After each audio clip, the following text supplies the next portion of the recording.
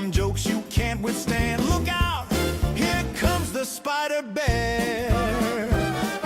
Friendly face, furry grin, drafts and munchies, where to begin? At the shop or online, making misplays look divine. Hey there goes the spider bear. In the chat, late at night, typing puns that feel just right, casting spells with flair, eating fruit without a care. Spider bear, neighborhood goof with extra hair, plays his games, eats your fries, always jokes but never lies. To him, life's just a feast he'll share, magic, snacks, and laughter.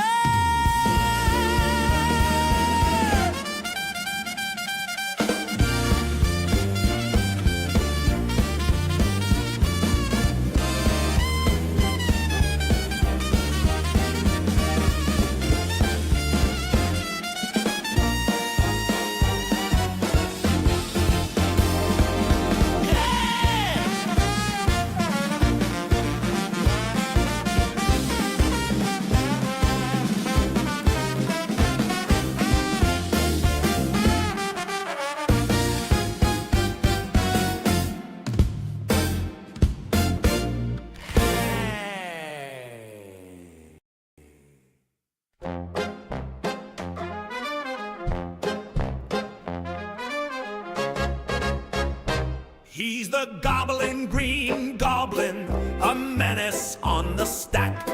He sneaks into the shuffler and he never puts it back. He rigged your library so you'll only draw more lands. 7 turns of forest slipping through your hands. Gobbling, gobbling, gobbling, gobbling, messing with your drawers. Gobbling, gobbling, gobbling, cackling while he breaks the laws. Your foe's at 0 outs, but the goblin tips the deck. Every turn they top deck the 1 card to wreck. He whispers to Arena, you know what to do. Give them the perfect answer and give you the screw. Goblin, goblin, goblin, he stacked the match for fun. Goblin, goblin, you'll never win, he's already won.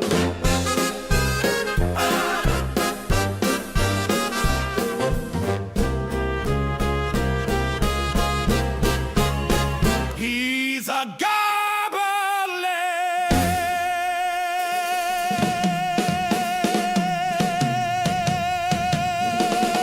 He's a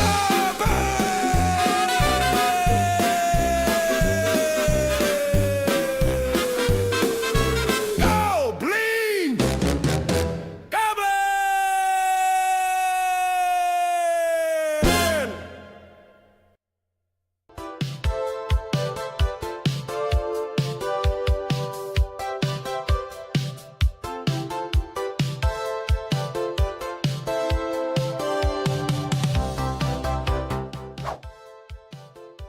Hello, lovely people. Welcome to the live show. It's great to be here. Ding dong. Welcome, Christmas. I see my bot is half alive. I'm trying to get it back to life. Great to see you, Beta Brett. Very funny. Nani, hello, welcome. I know we were just saying hi on another one. Mochi, lovely to see you. Great to have everybody here. I hope you're all doing well. Big announcement. I just got news earlier today that my work schedule is changing. So for the foreseeable future, the streams will be on Fridays and Saturdays and Sundays. Not terribly excited for the Friday nights. It's a super busy time for MTGers. but really excited for Sunday. Nobody can streams on Sundays, so it should be a really good time. A little bit of regularity, a little bit of consistency, hopefully for the next couple of months. We'll see how long it continues for, but I'm pretty stoked for it. Other than that, after I went to bed last night, funny story, sometimes when you're a streamer, you make connections with people, and sometimes those connections, they don't really, I don't want to say bit me, but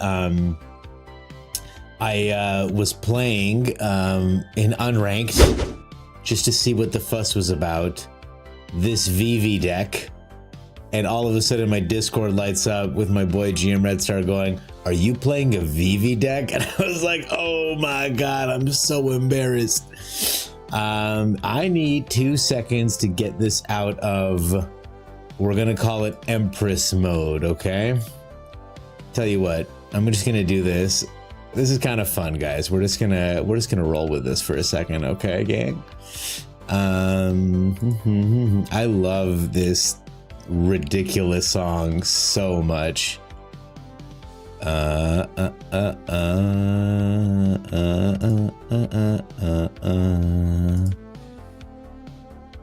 Okay, there So I am bigger. /blue-handed.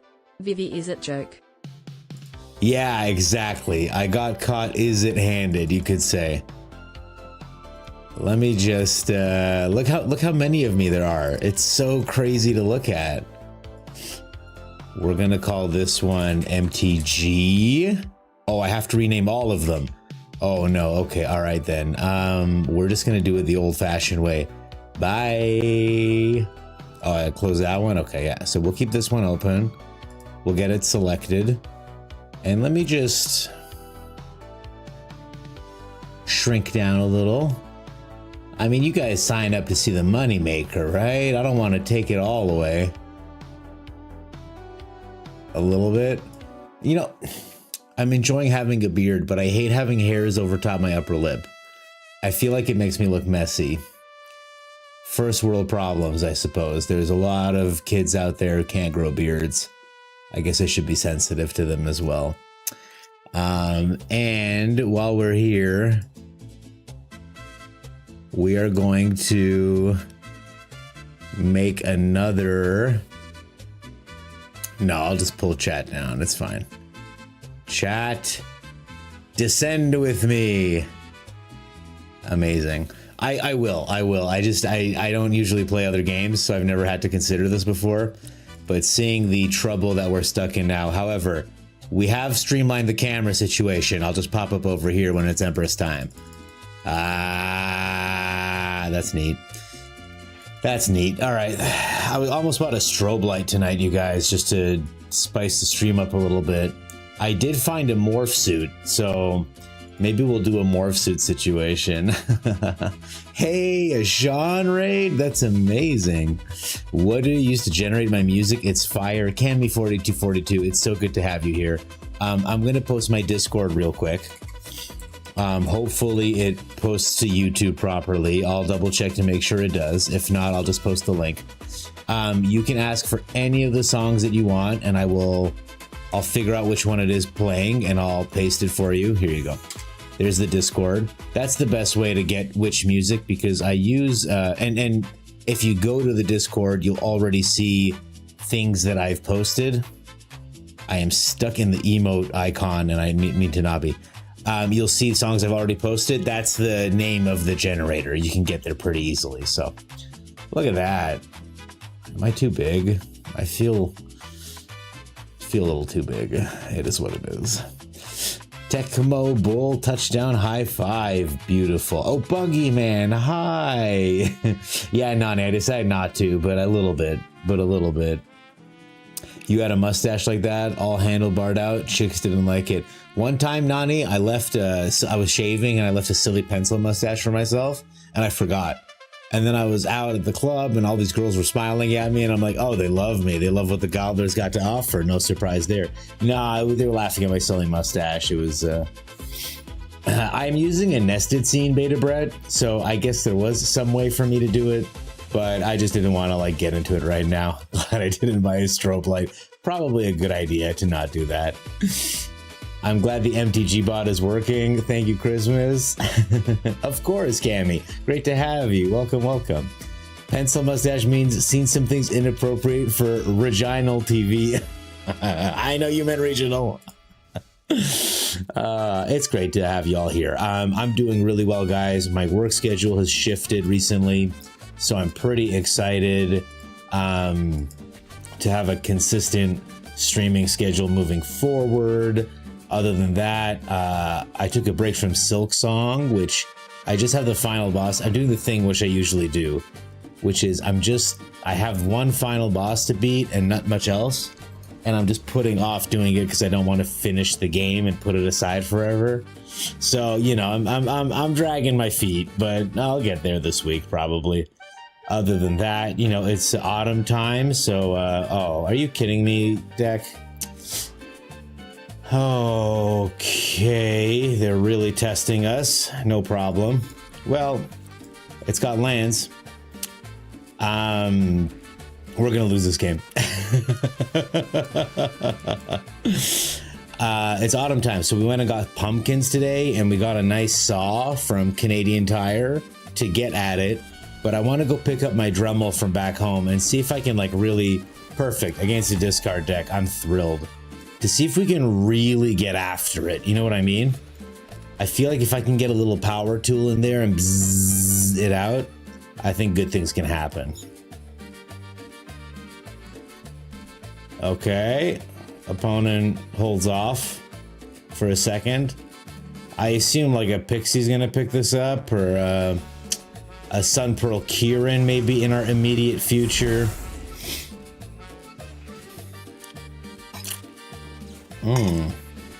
Do I watch Camping with Steve on YouTube? No. I bet I like this opponent. All right, a bomb. I'll finish it. You're right. I should just finish it. Look at this king winner with his sweet discard deck. I'm so happy to see it. So the issue is the second we run something out. Oh, never mind. I was going to say the second we run something out, he's going to just hit it with a Bitter Triumph, but apparently opponent doesn't roll that way. So that's really good news for us because we can get this guy down. We'll make a green to play this Teamer Battle Crier and please hit a land off the top. That's awesome. That's awesome. Because then we're going to warp this guy in. We're going to draw another card against Mr. Discard. And then we're going to draw another card against Mr. Discard. And we're going to put this guy in and we're going to name Druid. And we're going to draw 2 more cards against Mr. Discard. All right, we're maybe back into this with this ludicrous deck of ours. All right, we gotta sack a creature. Very sad, very sad, very sad. He may make us sack another creature. No, a Sunset Saboteur is fine by me. He gets in for 4 damage. Let's see what happens here. We may be off to the races here. Maybe. We will play a Verge. We will play a World Wagon. We'll grab a land, thin the deck. We'll play another World Wagon. We'll grab a land, thin the deck. We will crew the World Wagon. Crew the World Wagon. We will play this Vestige for 2. Draw a card. We'll play this. That's the last of our mana, sadly. Oh boy, the Cactus Foot off the top is so sick. Okay, we end the turn. We can still throw one of the World Wagons on. If he makes us kill something, we can blow up the Vestige. He might just get in for 4 here. Yeah, he doesn't want to give us any counters. And I wonder if a Sweeper is in our immediate future. No, he just holds open 6 mana? What the hell is going on there? All right, I play this. I put down an Esper Oranges. Opponent is holding up his removal spell, I assume. All right, opponent's he's done. He's not into this at all. Okay, Well, while he's figuring it out, let me catch up on chat. Steve Wallace. I'm gonna look this up right now, Christmas. Is he worth watching? Is my next question. Oh, okay. Camping with Steve, wholesome camping. I have to tell you, I'm a person who really appreciates both comfort and modern plumbing. I think like it's awesome that human beings before me invented refrigerators, and we get rid of this. Okay. Yeah.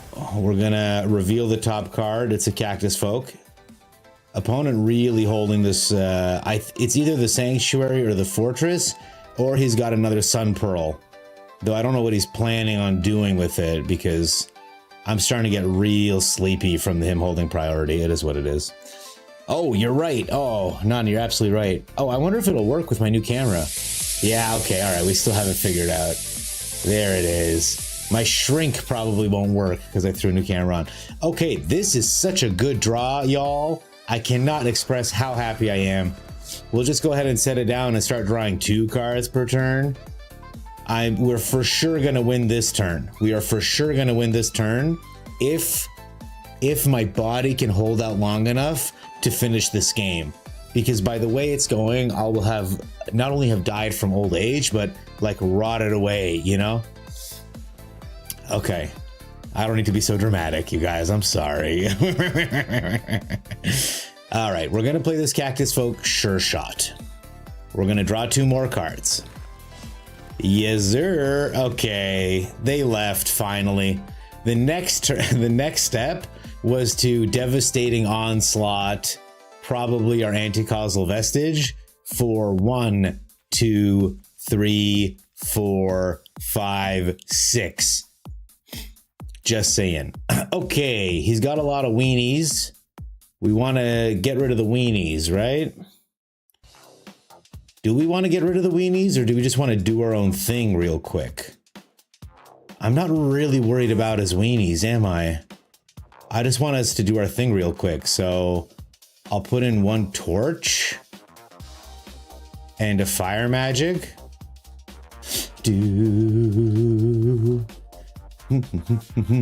Yeah, he's very chill. We've got some shit made so easy in modern times. You're right, Christmas, but at least I'm grateful about it. Whenever I turn on that water and hot water comes out, I think, thank God I don't have to like go up in the ton. There is a prison in Canada. There was a prison in Canada in World War I that had no fences. It's up in Muskoka. People go camping there, okay? People literally, they go camping there. It's up in Muskoka, and they used to have a prison that had no walls, no alarms. They said you can leave anytime you want. And if the black bears don't get you, the black flies will. It's so inhospitable, they used to just have people just die trying to get out of jail. And people go camping there. Do you make it make sense? Make it make sense to me. I can't make it make sense, no matter how hard I try. All right, opponent, what is this? You choose a non-land card. It's a 3-mana discard spell. What a guy, what a player. The card to get rid of is the Battle Crier, 1000%, because it'll let me double spell next turn. Yeah. All right, so we're gonna play this guy here. We're gonna name Druid, hoping to find an Outcast or Trailblazer. Opponent going after our hand, eh? Okay. Picks up the Momentum Breaker. Did they miss their land drop this turn? Oh. They go after my Sure Shot, do they? Little fucker. Okay, I'm gonna play this tapped, and I'm going to plot this, and I'm gonna attack with this. All we need off the top is a creature. Any of the creatures in our deck that's not an elf. Any of these 2 in my hand, this game would be over right now. But of course, he had the double temporal intervention because he's a cool dude. I heard someone from Asian got exiled and created the refrigerator. That's right, Beta Brett, but later on they started a spy network of the Hornets. What a cool ending, am I right? Thank you, Buggy Man. I appreciate... Is that Okay, I don't see the emoji, but I assume it's tequila. Sheltered by ghosts. Oh, cool.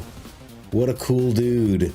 He's stuck on mana, which feels awesome for us. Don't be a land. Remember I said the only creature we can't deal with is the elf? It is what it is. At least he's protected from a momentum breaker. We just hope they don't hit a mana so they can't double spell. And then I gotta hit. I have to hit a creature. The Eldrazi is fine. It doesn't matter. This is not a creature, so we're gonna protect our Trailblazer. We'll go ahead and thin the deck. And we'll go ahead and swing in for 4, though the Sunpool Keelan will win this race. To be clear. Elegy Acolyte is fine by me. He's got lifelink, which is tough, but we just need to get the choo-choo train going. That is not gonna get the choo-choo train going. So we're gonna dedude. We'll just go ahead. If he wants to trade his Elegy Acolyte, it's fine by me. He doesn't. He takes the 7 damage on the chin. Pretty cool. We'll end the turn. My plan is to blow up his Sunpearl Kieran, pay the ward, and then get the... Okay. We'll just do this. I'll pay the ward cost. Opponent, what is your response? And then hopefully my Llanowar Elf can block the Elegy Acolyte. Okay. You can duress nothing, jerk. I've had enough of your temporal interferences. We'll block this. Protect our 9 life is not a lot. And then the opponent with Get Lost. He pays the ward cost. Ouch. That does hurt. That does hurt quite a bit. Ooh, jackpot. Jackpot, guys. Oh my god. Ding, ding, ding, ding, ding. Surely, surely this is what does it. Surely this is what does it. We're going to make a white mana to intimidate. We're going to warp it in because we can't pay the full price. We're going to draw a card. We're going to draw a card. We're going to play a land. We're going to play another Outcaster Trailblazer. We're going to draw 2 cards. Oh, baby. We'll make a green. We'll pop the green. We'll put it on this Trailblazer. Boom. Another land. Boom. We tap the Vestige because it's going bye-bye. We get in. He's going to block with his dude, but that's okay. We thin the deck some more. He lets it through. What the hell? And once again, Temur Ferocious popping off like a dream. Like a goddamn dream. Watch this. We're going to put Druid. Boom. Is that 6 cards? Why don't you make me discard 6 cards, you clown? You silly, silly bear. Am I right, guys? All right, we'll throw out 1 land. We'll throw out another land. The Hurdy lands. We've got plenty of blockers. We've got the entire combo in our hand because we just drew 1,000,000 cards.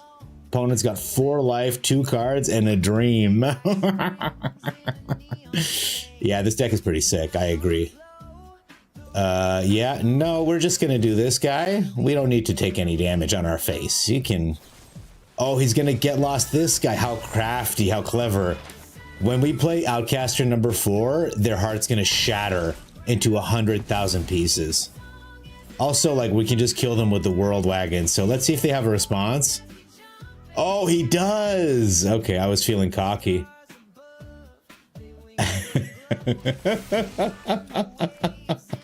All right, let's break their heart. Let's break their heart, guys. No, opponent, I'm sorry. Yeah, there is a get lost. You know what? You know what, man? You can have it. You can have it, bro. It's fine. There he is. We can draw 2 cards because of the Roaming Throne. Or we will draw 2 cards because of the Roaming Throne once we play this. Opponent sticking it out. You love to see it. It's impressive, frankly. We play this for free, by the way. Draw 2 more cards. Oh, and look, would you look at that? It's our little friend, the Dragon Hawk. We'll draw 2 cards, and then we'll exile a casual 6. Yeah, not bad, right? And now we'll Devastating Onslaught for 1, 2, 3, 4 on the Vestige. On the Vestige, we'll draw, I don't know, every card in my deck. I only have 16 cards left. Maybe I should have been a little bit more careful. Oh, they leave? We're not done yet, opponent. Why don't you make me discard one of these cards in my hand? Wouldn't that be a strategy to slow me down? Maybe you have a temporal interference so you can pick out my combo pieces? No? How about the 45 damage we were about to do to your face? Curious about that. Look at all this removal they had too. Removal. Elegy Acolyte removal.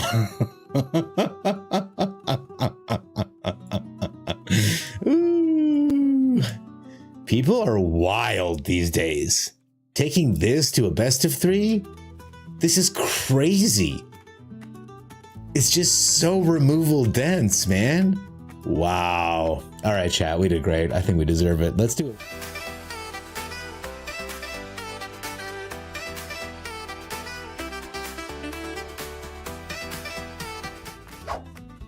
And we're back. Hey. Oh, the other is sand glass. Oh, when you say sand glass, you mean like an hourglass? Like the that thing that Jafar stuck Jasmine in after he got genie powers? Was that not so random? I feel like he'd had to have been thinking about that before. Like if I had genie powers, it would take me a little while to graduate immediately to trap someone in an hourglass so their boyfriend only has so long to save them. But I think we can all agree that the red fit was fire, and Jafar definitely deserves points as an interior, as a stylist. As like a costume stylist, because like the red looked great on her. I know she was rocking blue before. Brave but controversial, like all my theories. Death! Death, it's so good to see you. Do you need me to say the numbers, Death, or is it okay that I just call you Death? It makes me laugh in my mouth when I just go, hey, it's Death, and I'm delighted. Now the opponent plays for you to deck yourself. Yeah, actually, Atog, that was a close one. I forgot to count because I forgot I had double Druid down. Like I had the Roaming Throne down on Druid to get my cards in my hand because I was so horny for cards. What with the discard going? The Dream, last card. It was pretty good, right? Hey, Sean. Yeah, it was good riddance. He should have stuck around to see if you deck yourself. The ultimate removal spell, removing yourself from the game. That's right, Uno Plank. Oh, Uno Plank is here. Okay, hang on. Let me get back to the game so it's not just my big hairy face. Uno Plank put a deck in the Discord I wanted to look at because it had Discover in it. Jessica Lands, good luck. River Wheel Sweep. Yeah, I'm not gonna play River Wheel Sweep. That sounds crazy. I can't even say it. It's called Discover Your Voice. Very funny. I just want to crack it open and take a look. And if I have the cards, you know, we'll roll with it. By the way, guys, I'm trying so hard to save up enough wild cards. I'm dying. I'm saving up as many wild cards as I can to get this one done. I still need 15 of each, 14 rares, 15 mythic rares. So it's going to be a minute, but I just want to announce out loud, I'm saving my cards to get this Brawl deck. Luckily, Omen Paths didn't have too many cards I wanted, so we were a-okay there. River Wheel Sweep, I have one. Tap a creature, stun it 3 times. Exile 2 cards, okay. Oh, and this is the mythic rare. I don't have this, I'm so sorry. When Nia enters, exile the top card. You may play that card, okay. When you transform her, when you play, you put a counter on her. Oh, you can play and then remove. Do I have one? Okay, I have one. We'll have to make it work. I see, okay, all right.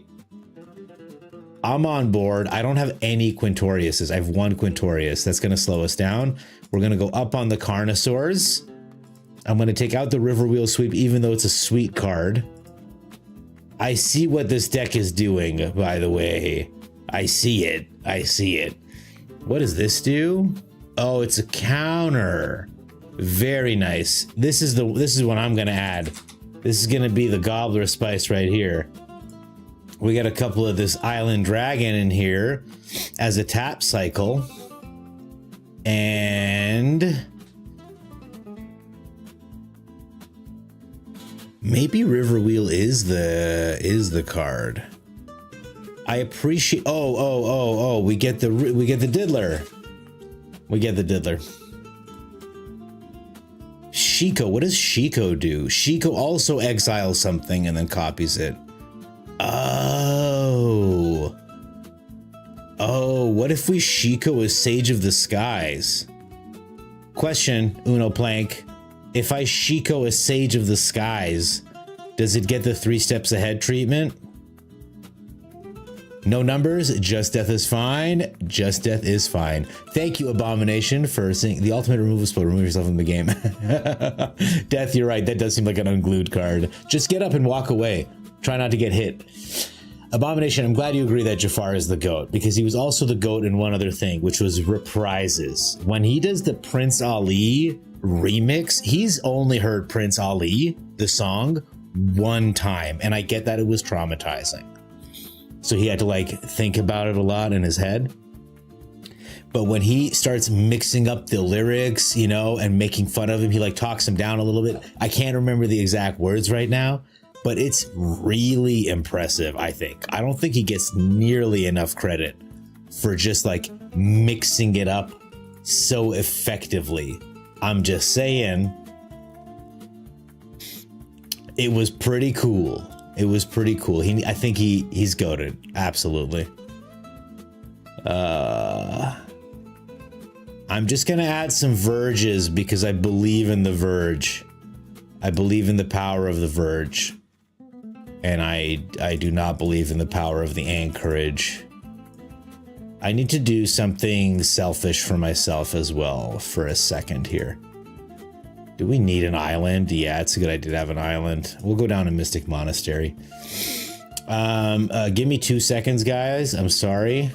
I'm just going to pop open my VV deck and take out the Surveil lands. Oh, I already did. Okay, that's awesome.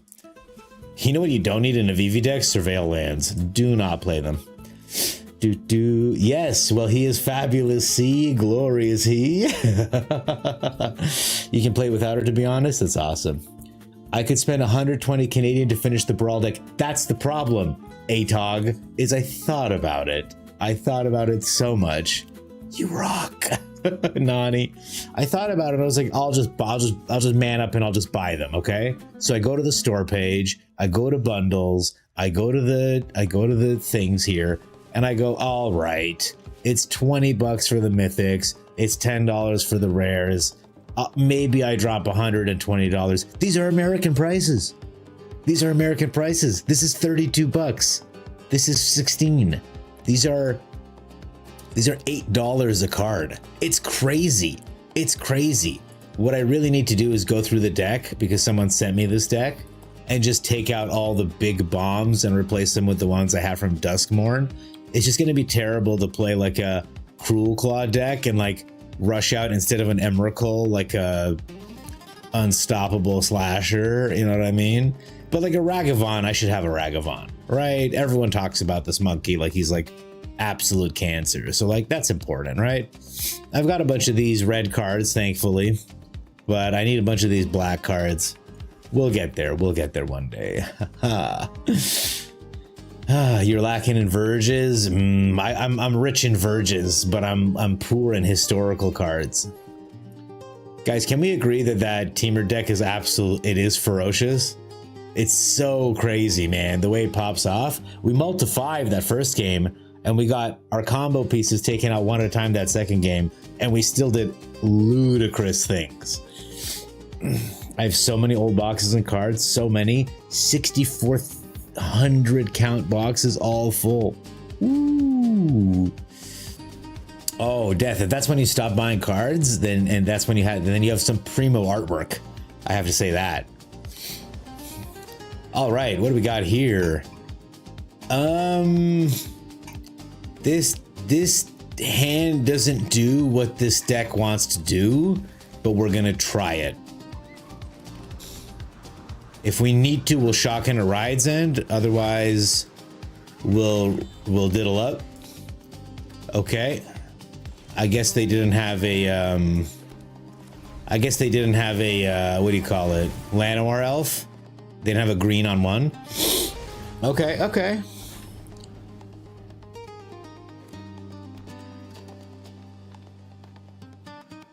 A crazy turn might be toss the Itali with the Moringa. There's the Drunith, that bitch. Okay, well, we don't have anything to do with the mana, so we'll put this down. We toss one of the Italis, play Shiko, and put Itali on top of her. Get another Itali, maybe the Sage of the Skies. I'm worried about a Pop Hash recruit here. Would be unfortunate, but I do want them to swing with Drunith so I can kill her. Okay, damn. Take it easy, guys. It's a lot of sirens. Can we not? Yes. Come here, baby. Num num num num num num. Worth it. Opponent with this 2 mana flashes in another Drunith, right? Come on. No, it's a Llanowar Elves. Ah. I bet they had it, they just didn't have the forest on one, is my guess. Having been fucked over by Verges myself quite frequently. This is so unfortunate, you guys. It's so unfortunate because with one more land we could have Dog. Okay, he's gonna grow that. Siren, spread the love. Hits another Verge. We'll just like preserve 2 more if we can. I don't know. I assume a Beastbinder's on the way. Ow, ow. Okay. Kind of a motherfucker. I guess we gotta put something down. I have to assume it's gonna be Beastbound or just countered. Or Flood Pits Drowned is another thing. I'm so old school, used to have ultra pull black cards. There's the Flood Pits Drowner I mentioned earlier. I wish we could convert mythic wild cards to rare wild cards. You have 40 mythic and only 5 rare. That's crazy to want to convert them, by the way. That doesn't make sense. Empress by Moonlight, Sundancer Cowboy, welcome. I've been playing Road to Empress recently on this channel. It's been a lot of fun. So that's what I mean, is like later on we're gonna play. Unbelievable that we haven't hit a land, by the way. We're gonna play Road to Empress in like a couple hours, so that's what that means. Okay, Sage of the Skies finds finds Nia. I can only play the top side of her. That's brutal. All right, so we're gonna leave because we're gonna lose this game right now to this. I had a horrible time. We'll try again because we just didn't hit our lands that time. But wonderful to have you here, Sundancer Cowboy. I'm unfamiliar with your name, which leads me to believe you may be new here. If that's the case, welcome to the Gobblers. Great to have you here. I'm Turd Gobbler. We have a lovely community here of people who like magic and do not like drinking poisoned soup. That's a Road to Empress joke that if you stick around, you may understand. You meant the bundle that have the cards, not the wilds. Oh, I do play a little bit of Paper MTG. Basically what I did with my where the land's at, Uno Plank. I don't know, I'm sure they'll turn up. We got lots of lands this time, just not much to do with them. I bought a bunch of the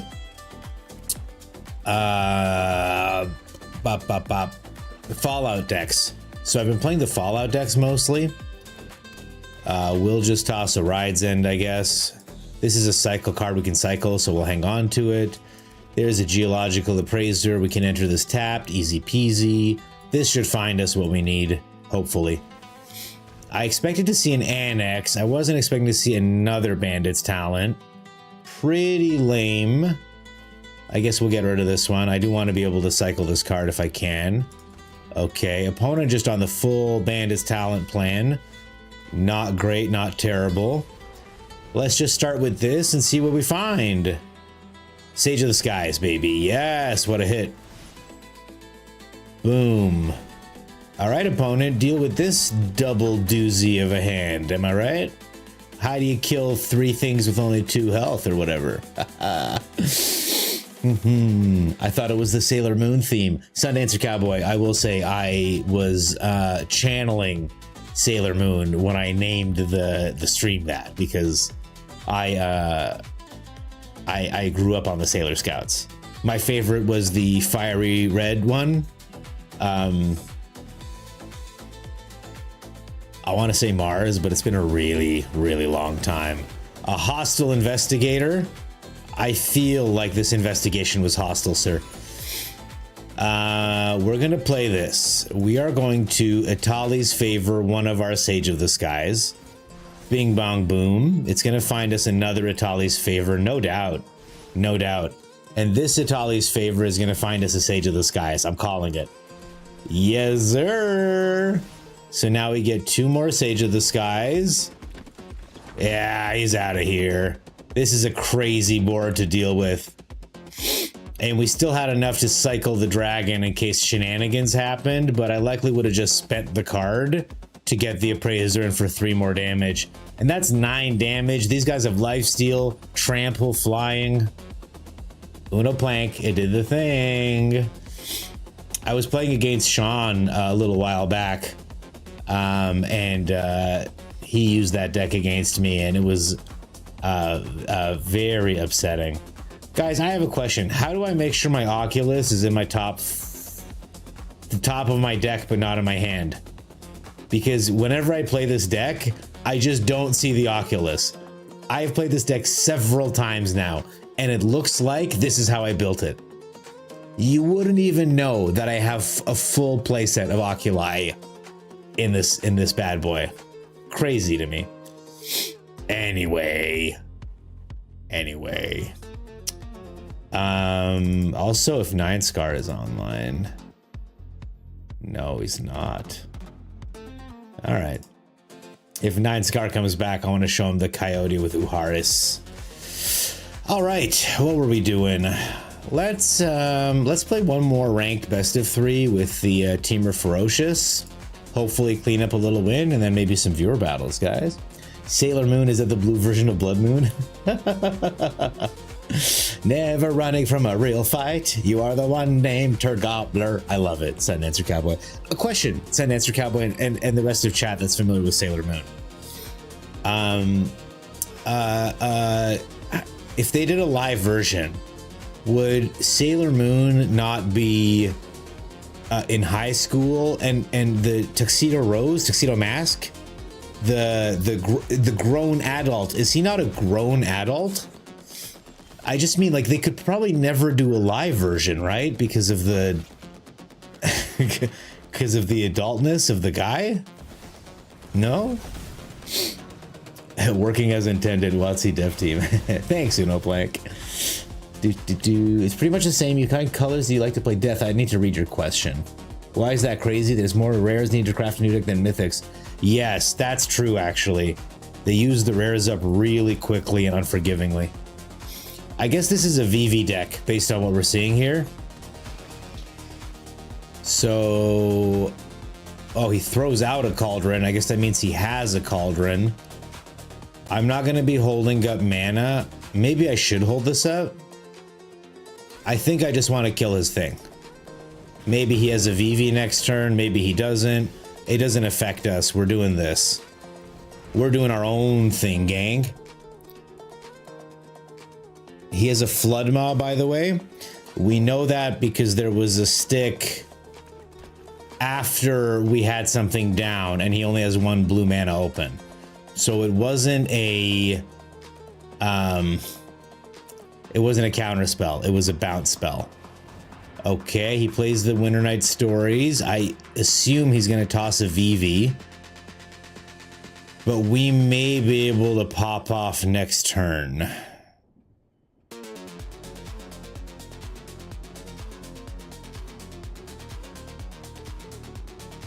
I think I want to play the Dragon Hawk to just get some damage in on his face right away. The Outcaster would be a much more conservative play. Oh wow, he had a lot of trash in his hand.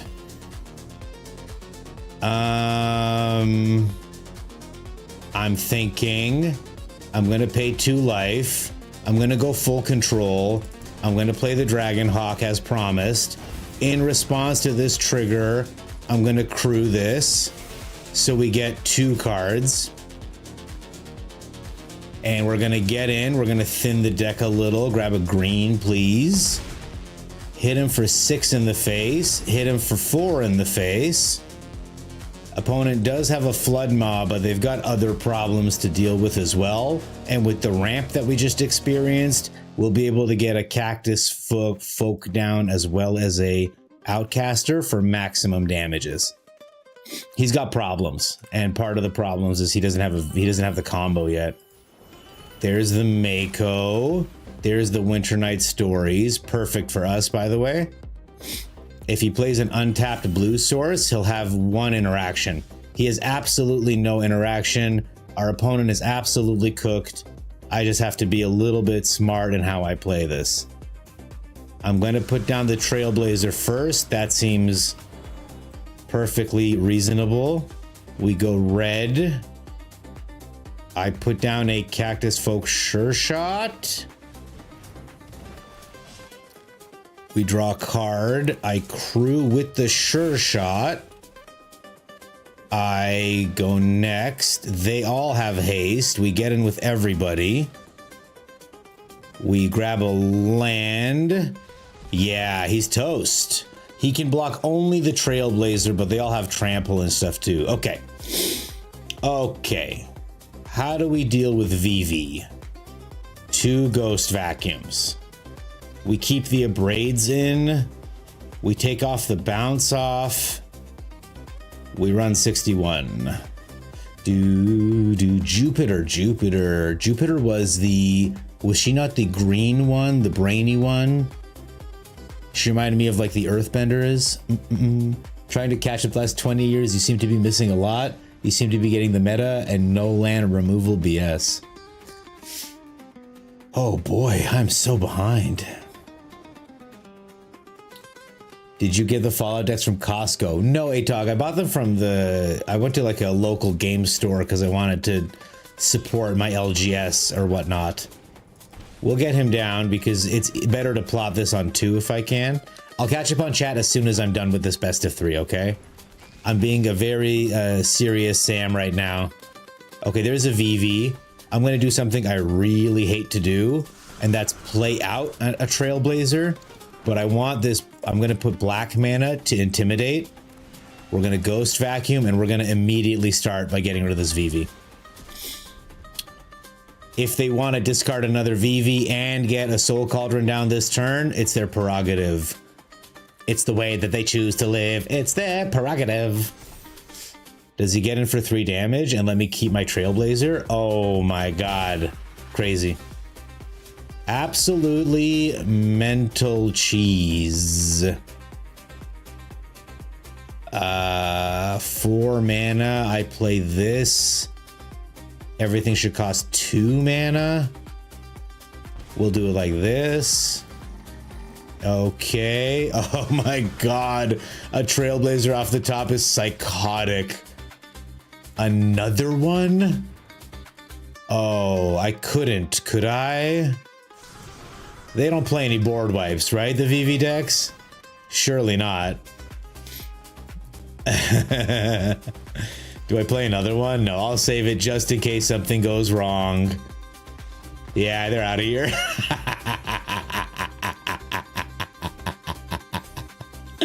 Oh man, that was blessed. That was just a blessed chain of events. Grabbing all these. Man, VV has never looked so weak, has it? Have you guys ever seen a VV deck struggle like this? What could he have done with 4 mana next turn? A Ghost Vacuum to prevent any shenanigans? Oh, baby. I need a cigarette. Okay, we thank the Shuffler. Thank you, Shuffler. We appreciate the fast and steady climb. Okay, I have some questions to answer. All right. So Nani answered Death. It's pretty much the same. So let's see. Oh, Death said they're catching up to the meta. And Nani says you need to find colors you like to play, and there are decks that are really good, or you can brew your own and enjoy playing friends. Other than that, if you play Arena, find a meta deck and build it. Home brews don't well in ranked. And then we had a big hit back. But first I want to acknowledge Abomination saying, loved Sailor Moon, watched the time as a kid. Always when Tuxedo Mask showed up, I thought he was so cool. I actually tried to make I thought of myself as a Tuxedo Mask of sorts. But then now I'm like 37 and I'm like, I'm not throwing flowers at anybody. Let's just talk it out. You know what I mean? I got a bad knee. Either way, Mono Black is strong, at least to me right now. So Beta Brett hits back. Bop, bop. No, I'm just kidding. This is a wonderful discussion. And I appreciate, by the way, how respectful and kind everyone is, okay? I'd love to contest the point that homebrews can't do well. Standard right now is very fast and does not have correct answers, and our threats are too diverse. Despite this off meta is very strong and no one is playing Rakdos Lizards, but the deck has not gotten worse and people just stopped playing it because the other aggro decks were present. Yeah. Let me think about that, Beta Brett, because I think what you're saying has merit. Cactus Fook. Oh my god. Death says he played green-blue Blastoderm. Are you just making stuff up, Death? Because you know I'm new and I can't see very well with the lights on. The authors of Sailor Moon married and they're the same age. Okay, but like, did they at no point where they're like, maybe Tuxedo Mask should be in high school, or... Jupiter was the green one and Boy Mercury was the brainy one. Tomboy Mercury was the brainy one. We all loved Mercury. She had the bubbles, right? Black mana to intimidate. That's correct. Sundancer Cowboy. We need to choose different colored mana to send a message, okay? White is we surrender. Black is we're coming for you, buddy. Good call on the VV. Thank you so much. Focus. Rook in the eye. Always looking. Man, Miyagi. Okay. I'm sorry. Chat, I know some of you are a bit younger, some of you are my age, some of you are a little older. The first time, I must have been 12 years old. The first time I saw Miyagi explain that the chores were actually paint the fence, wax on, wax off, my mind was blown. I thought, this is as good as movies are gonna get. And you have to understand, I was raised on the movie Independence Day. So I had very high standards, is what I'm trying to say here. That's why I play black. So many exile removal cards. That was on the draw too. Absolutely ridiculous. Wasn't that ludicrous? That was a real deck back in the day. Turned black, blue, Blastoderm was a real deck. I believe you. Thank you for... I didn't think he was actually trying to trick me, but... It's sort of like, you know, when old people talk about like the going uphill to school and you're like, that's crazy, Grandpa. It's like, I used to play with Blastoderms. It's like, that's not a word, Grandpa. Go back to bed. But I'm sure it was a real card. You know, it's got Fading 3. There it is, Shroud. I've seen a lot of VV decks do bad, and it's usually some copy paste to the deck and doesn't understand how to play the deck. You play that in a mystery booster, very strong. Hi, Lord Gypticus. How you doing? I have a barber's appointment next week, Lord Vermeer. I'm excited to get this clean. I'm going to send you a picture first, maybe even only. I don't know anyone else who'd be interested. Oh boy. I'd love to keep this hand, but it's tricky. It's tricky. If I could have a white source on the draw, that would feel great. Thank you very much. Yeah, it's getting a little bushy. Back in my day, we used 4 Dark Rituals. And sometimes you see the cards that people used to play, and it's like, I put the wrong land down, by the way, if anyone's curious. You got some crazy stuff. Ooh, nice sleeves. Okay, Soul Cauldron off the hop. You'll love to see it. I'm going to get the white down as soon as I can, get some authorities happening. Okay, no creatures so far. We'd love to see it. We'll keep it that way, hopefully. We'll pay... Oh, man. I do want to keep the 3 steps ahead up, but we won't. We'll just play the authority, trying to gain a little life. Opponent has a Flood Maw because they had nothing to get with the Soul Cauldron, and they had a stick when my authority hit. He doesn't care. He's trying to get a VV out under his Cauldron. We're going to help him. We're going to help him find a VV next turn.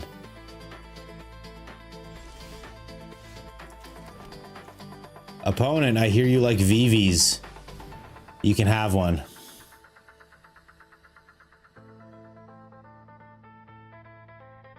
Are you going to bounce my authority or not, is my only question, because no shot you're playing Spell Pierce in a VV deck. Can you imagine playing a VV deck in unranked? Got called out last night for doing that. Ooh, in a best of 3. Ooh. He's going to have so many sweet, sweet VVs. Look at that. They're all their opponent. You're free. You can have an enormous turn. Play all your cards, get everyone really big. You can't hurt me because I have authority. So whatever you play, I'm just going to destroy. And then next turn, we're going to procession into another space-time anomaly. Is the plan. Is the plan. Is the plan. You're free. Genie, you're free. Man, I don't know why everything I'm saying is so Aladdin coded tonight, Death. What is going on with me? Sleeves, 1,500 gold in the shop, along with exposed abs, vampire, Sundancer cowboy. That excites me so much. This is a cool play. The authority stops them from being able to harmonize, which is really nice. But by grabbing the VV, this will have 5 more mana for them to work with. What? Did he not? Oh, he just wanted the extra from the profts. Okay. Now he's got 6 mana to work with. Pardon me. I would have dumped the mana to draw more cards sooner so that I could have more stuff. If you know what I'm trying to say. Okay, yeah, totally. Oh, he can get any card he wants out of the graveyard. Very cool. He's getting a splash portal to keep his Quantum Riddler in play. Neat. Really good news for us, actually, because we're going to gain another life, which makes Space-Time Anomaly that much more dangerous. I just wish I had another white source. Oh, well. Ask and ye shall receive, huh? So we'll play this, we'll put it on white, we'll pay 2 life, and we'll Day of Judgment, buy ourselves a turn. Again. All right, next turn we can Auroral Procession and Space-Time Anomaly again. He's got 24 cards left, we have 21 life. This deck depends on drawing and discarding cards. So I feel very strongly that our opponent is going to do a little bit of the work for us this turn. I suspect highly. Oh no. Okay. I was wrong. I guess they just do not have a creature in this pile, which is hysterical. Or maybe they're just onto our plan and don't want to risk it.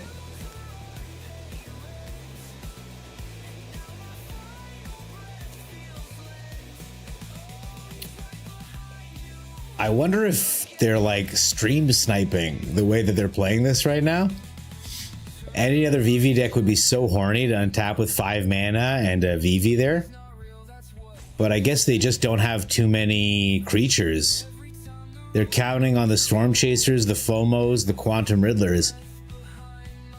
Adding Splash Portal to this deck is so dangerous because it's only good with the Riddler. It doesn't do anything else for anyone else. All right, they're thinking, I guess, or they're just loading up the stream. Don't stop them when making a mistake. I love that. Death 5126. Casually quoting Sun Tzu. I'm into that. Opponent just upset. Just emotionally. If they're very smart, if they're the smartest people ever, they will take my my Space-Time Anomaly out of my graveyard. But the problem is no one plays this card. Nobody plays this card except your boy Gobbler. So I'd be deeply surprised if that's how they go about it. Or maybe they're just giving up. This feels like bait. This feels so much like bait, doesn't it? He's still here, see? He's still here, man.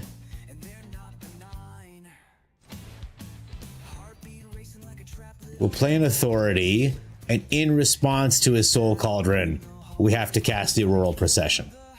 Or maybe he'll just rope us, because that seems to be his GG win is life 4986. Okay. No problem, man. All right. There is a fear of missing out. We gain a life. We gain 2 life. Thank you, authorities.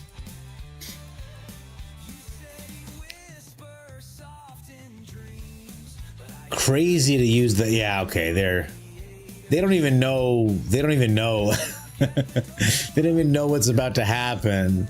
But we would have just done this, grabbed a space-time anomaly, and milled them another 23. Well, 19 probably after he hits us. And they would have had 1 turn to pop off. Not gonna happen. Could be an internet dropout, reopening game. Why are the Shadow Realm and Beyond the Edge saying they are new redeems? Probably because I can switch them off. I was demonstrating to chat. So you see how they're not available anymore? I have a little button that I can use to toggle them. So I'm sure that as a result, if I toggle them back on, like I just did now, it might show up as a new redeem. The reason that I have it on a toggle is because A, I'm terrible at coding, and B, my entire stream is built on a house of cards. I don't want you to be able to switch the scene I'm in if I'm not in control. Because right now, if I'm here and you redeem, it will switch the scene to this so that everything looks correct. The problem is, actually it wouldn't even right now because the original camera is up here. I gotta fix that. The problem is, if I have it on Be Right Back because I'm like walking around in my panties, I don't want anyone to see my hot butt, I would hate for someone to redeem the Beyond the Shadow Realm and then my hot butt shows up on stream and then all of a sudden Twitch police are coming to my house for accidentally turning on too many people all at once, you know? So that's my very long-winded explanation. Splash Portal is such a bad card. Horrible sorcery speed, Essence Flux. Splash Portal can work as a card, I believe. His cat might be puking. Some very inventive theories, chat. I love it. They're not on the viewer list. Yeah, that's a good point, Death. Did you see my message? I got auto-modded? No. I'm sorry. Ah, here we go. Let's first off, let's allow it without even reading it. Sex-based terms expired and not posted to chat. Atog, I'm sorry that it got expired. Let me fix this injustice. Oh, sorry, opponent.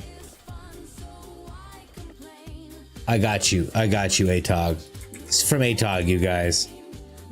Boom. Fuck you, Automod. Yeah, there it is. Yes, I can imagine playing a VV deck in unrank. I've done it to learn the play patterns. The people that bitch can turn it sideways and shove it up their ass. The play patterns aren't like impossible.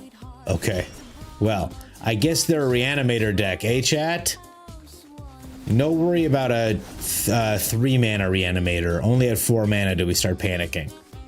Panicking. Anakin, quit panicking. I wonder if he's going to go for a... Yeah, all right. So he doesn't have any instants or sorceries but the Picklock Prankster to grab. But there's Cavero in the yard. Now we have both a counter spell and ways to clean up his graveyard. So here's hoping he casts... Okay. Learn nothing to again. There's Bringer of the Last Gift. Let's take it. Let's take Bringer and Arden. Let's gain 2 life. Lovely. A land off the top is so lovely. We'll play this. We will enter it tapped. And the turn, very chill. Very chill. If opponent does nothing, we'll copy the Cornucopia. They're stuck on lands because they milled so many. Hilariously enough. Cavero. Show me Cavero. Show us. Opponent. We're so firmly in control of this game right now, guys. It's unbelievable. Opponent is absolutely hamstrung, and it feels incredible to be on this side of things. We can grab Ardent Cavero out of his graveyard, and this just lands in a collector's vault. And the fourth Picklock Prankster says hello. He gets an unsummon. This is the most brutal series of 4 Picklock Pranksters I have ever seen cast. Oh, that's so funny. Yeah, bro, you can have him. That's awesome, man. I'm going to just go ahead and cease. I'm going to go ahead and now the reason that I'm casting this now and not like instant speed, 2 reasons. One is Cavero doesn't open that window like usual. The other reason is I can get it back at instant speed with my Auroral Procession. So every spell that I cast, I can just get it back. It's not a big deal. We're going to play this Cornucopia. We'll gain a life. Thank you. We'll play this Authority. We'll gain a life. Thank you. We will end the turn. We have a hard counterspell available for any Cavero shenanigans, but we also have a soft counterspell available. We have 30 life right now. We have nothing for him to grab with his Cavero, and his Cavero has nothing to grab either. Okay. I'm gonna counter this one to gain some. No, I shouldn't have. I should have let it land, and then I would have gained some life. That's sad. My bad, guys. I wasn't thinking. We will gain 2 life with the No More Lies, though, which feels fantastic. And we will take 1 damage from this Picklock Prankster, but I am prepared to take that. Opponent can't pay 3. He can pay 2. Playing Vivi in Unranked is like one of the ultimate beta moves. It's so based. I play Vivi if tapped for mana, but 0 mana activate seems like a misprint. Doesn't it? Doesn't it? Misquoted the rock, but forgot to shine it up nicely part. Okay. This guy is just on the Picklock Prankster plan. His graveyard is so empty, you guys. Oh my god. Do you see how he snuck it in there? Sneaky little guy. We're going to play this. We're going to put it on white. It seems to be the one I'm lacking. We'll pay 2 life because I want a lot of mana available. I am going to...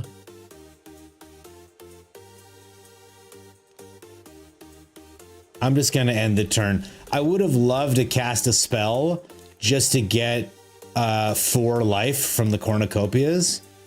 But I wanted to... These are all instant speed.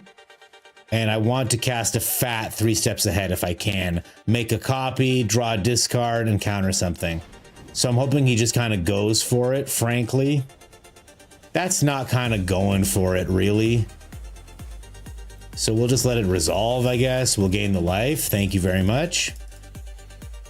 And because he's been milling, we're a little bit ahead on our plan here. Our plan. All right. Opponent, do you have anything else to cast? You don't. All right.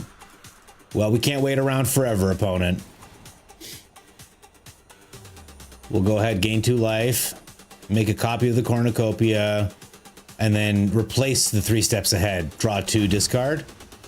That's hilarious. I mean, we gotta kind of keep it, right? It's so funny. Nah, we're good. I would love a card draw spell of some kind. I do play them in this deck. Frankly, I'd love just the space-time anomaly. That'd be a game-ending thing to find.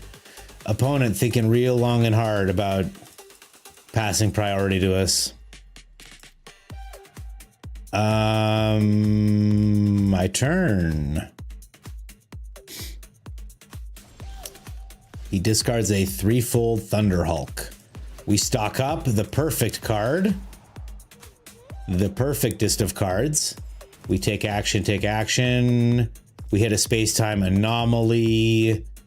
We hit a Beyond the Quiet. So much good stuff. 1, 2, 3, 4, 5, 6. If I super mill them, then they can have a giant turn with Bringer, right? So maybe we just super mill them next turn. 36. They have, oh, they only have 30 cards. What am I doing? Oh, I'm sorry, guys. I wasn't plugged in. He may have a counter spell, but I suspect it's just removal. Based on what we've seen, I'll be surprised if he's playing a negate. And even if he is, he can have a big turn next turn. Yeah, he's out of here. Crazy. Crazy. This deck is just, feels like a thumb being pressed into the opponent's forehead. I don't know what to say. It's very good. Okay, let me catch up on chat. I love you guys. I need to get better at this. Sundancer Cowboy, I agree entirely that Vivi is missing safety valves. There needs to be tap it for mana or pay 1 for mana, or there's so many safety valves. Vivi is missing them and Enduring Curiosity is missing them. I don't know if the play pattern of a deck, it only makes sense to test it unranked before going to ranked. That's true. That's true, Atog. I also think, like, if it's you're playing best of 1 versus best of 3, it's crazy. GM Red Star, it's great to have you here. You were mentioned earlier this evening in our stream. I can't remember why. Oh, because you caught me playing VV in unranked. That's why you agree, you silly. All right, let me pin that because that's hilarious. I told everyone the story of you catching me red-handed playing unranked VV. Red Star. You feel bad when they're casting their starter deck cards and I'm ripping their heads off on turn 4. Uno Plank. There was a week with the Bargler where people were trying to win a game with vanilla creatures, and I played like 3 games on stream being like, what are people doing? And I like machine gun through them, and they were like, oh, they're trying to get the Bargler achievement. And then I felt so bad because I'm like, I would have just scooped. Like, I would have just let them have the achievement. You know what I mean? Calper, hi. Yo, Calper. I just want you to know, no matter how much you change your name, you will always be ascended to me. Against a bot doesn't help you learn how to sideboard or play patterns. That's true. Should have been tap, not 0. Exactly. Should have been a VV only ability. Exactly. What did I say?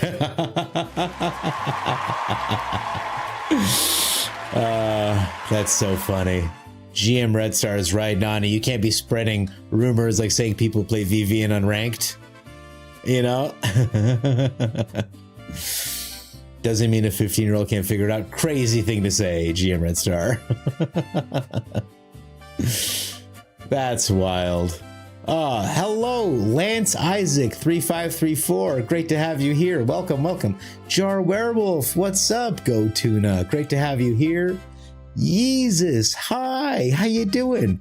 I don't know what you mean when you say the week is 7 days, but it's so good to have you here, my man. Yeezus in my chat. I'm getting visited by royalty. It's so nice to have all of you. Welcome, welcome, guys. Okay, we're in Diamond Tier 2. We've been climbing really quickly. I'm going to try my luck one more time, y'all. I'm going to try my luck one more time. And then I'd love to do some viewer battles if you guys are down. You know, keep me warmed up for 30 minutes or something. And then we have some Empressing to do.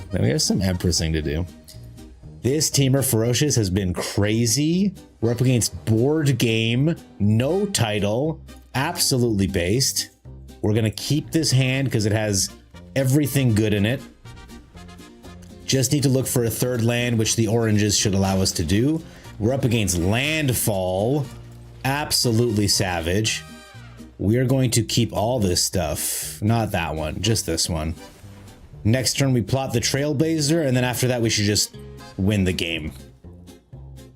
Maybe. We'll see how big these Chocobos can get. An elf on top of everything else, and I take 1 damage to my beautiful face. Say it ain't so, opponent. Say it ain't so. All right, next turn we play the Battle Crier, then the Trailblazer. No, the Trailblazer, then the Battle Crier, then the Roaming Throne. Of course it's a fetch land. That way they can get absolutely enormous. Why not? All right, let's see if we can build a board state that can rival our opponents, because he's putting the screws to us pretty good here. We're down to 15. He's got a bunch of 1-mana 3/4s. Make it make sense, chat. Make it make sense. We're gonna go red. I want at least one more red for this devastating onslaught, should we get there. We draw a card. Okay, we don't get there. But we can do something fun. I can make one copy of the Trailblazer. Shave the beard, lost a match. I don't know what that means, guys, but I appreciate you being here. I think I make one copy of the Trailblazer using this red mana. Okay, we draw a card. I make a green. I cast this. We don't need lands anymore. We put him down. We draw 2 more cards. Okay, pretty good, pretty good, pretty good. We play the Roaming Throne. We put it on Dragon. Okay. We draw 2 more cards. We play a Llanowar Elf, because why not? Okay. We attack with our one guy who doesn't have Summoning Sickness. And while opponent had pretty good turns, this was pretty nice, I think. I think this was a pretty good turn. Next turn, I'm going to try to play the Dragonhawk and win the game. There's a Hydra. He's going to get big, but he's not going to get big enough to kill our... He needs a Bushwhack on our Trailblazer. Do Carlo have... Okay, Nani, thank you. Oh, yeah, I forgot he adds mana. That's really sick, actually. I appreciate that mana add. We're going to put this guy down. This is going to be really funny, you guys. Watch this. I'm going to put on Dragon as well. So they're both dragons, these Roaming Thrones, okay? Which means, oh, I'll warp in a Vestige for free. Please and thank you. That's a free card. We didn't pay anything for it. Oh! Guys, this is going to be crazy. This is going to be crazy, okay? All right. So we're going to put this guy down. Okay. Now we're going to play the dragon for 2 mana, okay? It's a 5/5 flyer. It's going to exile the top 8 cards of our library 4 times.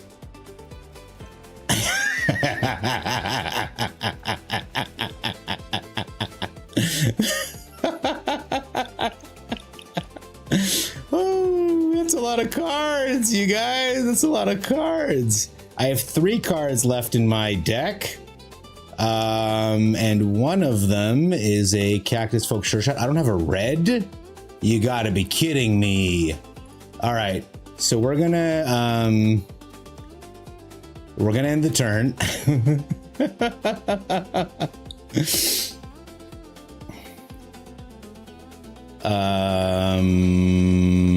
No attacks. End the turn. He's gonna trigger 4 times. Each attack should do, yeah, 16 damage. What the hell was even that? Ooh, that was fun, you guys. That's good.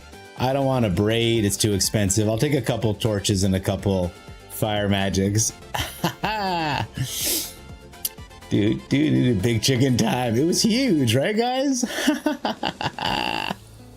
Do I look parched? I shouldn't look parched. I should look very well hydrated. Oh god. Okay. We get an elf down. I don't think they even sideboarded. I think they were so flabbergasted by what they saw. They didn't have time. A Tifa Lockhart. God damn it.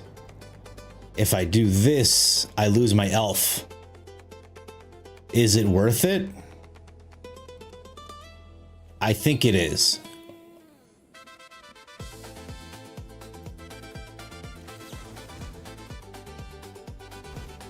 Sorry, Elf. We'll just keep Tifa down for a second. Maybe they don't have another creature. Okay, this is fine. They can play as many of these guys as they want. Yeah. Well, I didn't mean it literally, but next turn they play an Ouroboros and absolutely blow me to pieces. I need lands, unfortunately. As cute as these cards are.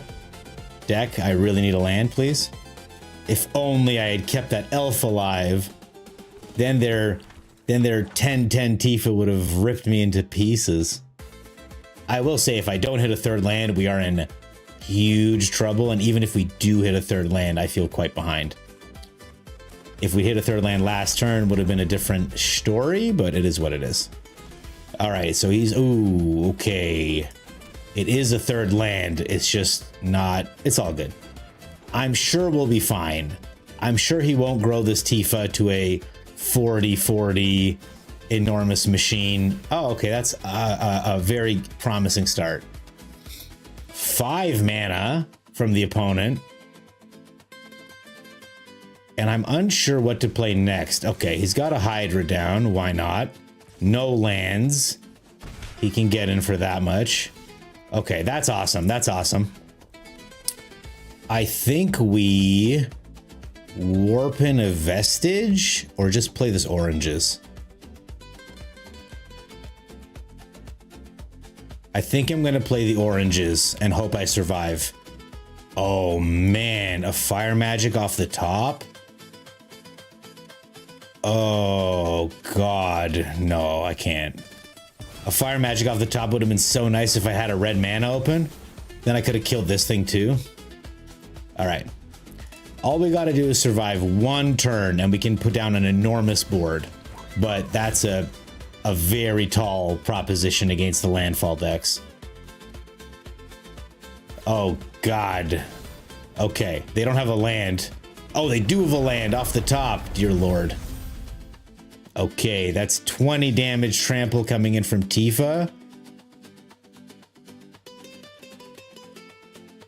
Is he not attacking with the Hydra? He ought to, because I have to block it. Well, I mean, that's we're in a tough position here. Down to 2 health.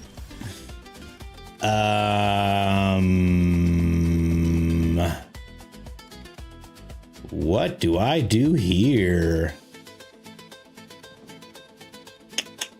I concede, and we try again one more game.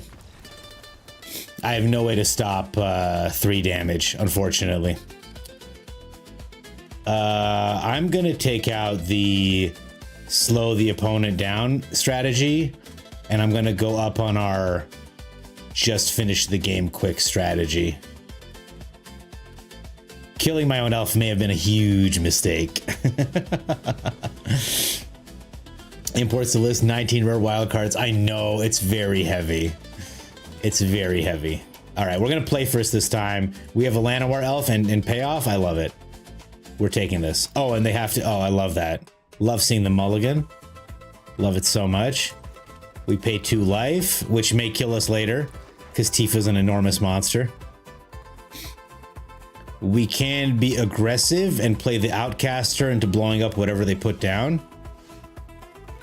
And, or I can put down the World Wagon. I think I'm gonna try to be responsible here. Make a red and just torch this thing before it becomes a 10-10. All right. Next turn, hopefully I hit a land and can anti-causal Vestige, but probably not so lucky. So we'll do this. I'll grab a blue, achieve perfect teamer mana, and I'll attack with my Trailblazer. I'm not worried about a removal spell. Opponent's got nothing in hand. They escape tunnel now. Oh, because it comes in tapped, so they want to be able to use this mana. All right, I have enough for a Vestige next turn, which feels really good. Ooh. Okay. Land off the top always makes me happy. You guys know that Gobbler wants one thing, and it's disgusting. We play the Vestige to draw a card. Cool, I guess. We crew this. We attack with the World Wagon. I'm very interested in keeping my Trailblazer alive for card draw purposes. We'll put down this Llanowar Elf as well. And worst case scenario, if this Vestige doesn't draw us anything good, we can put the starting town into play. Yeah. That happens sometimes, guys. It is what it is. So a lot of our hopes are actually relying on this Outcaster Trailblazer right now, because he's going to be the one that's going to draw us out of this stagnant situation we found ourselves in. 1 mana, Esper Oranges, and a Dream. And then we'll get the Vestige down after. All right, let's see where we go.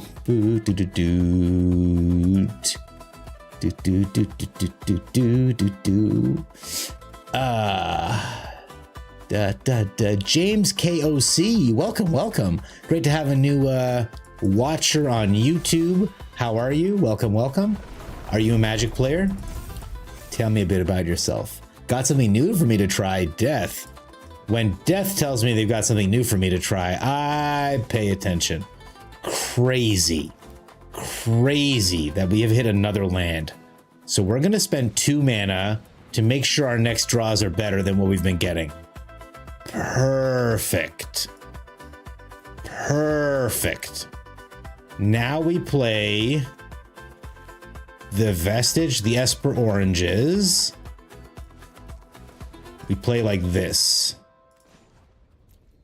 Green. We play the oranges. Yes. We accept.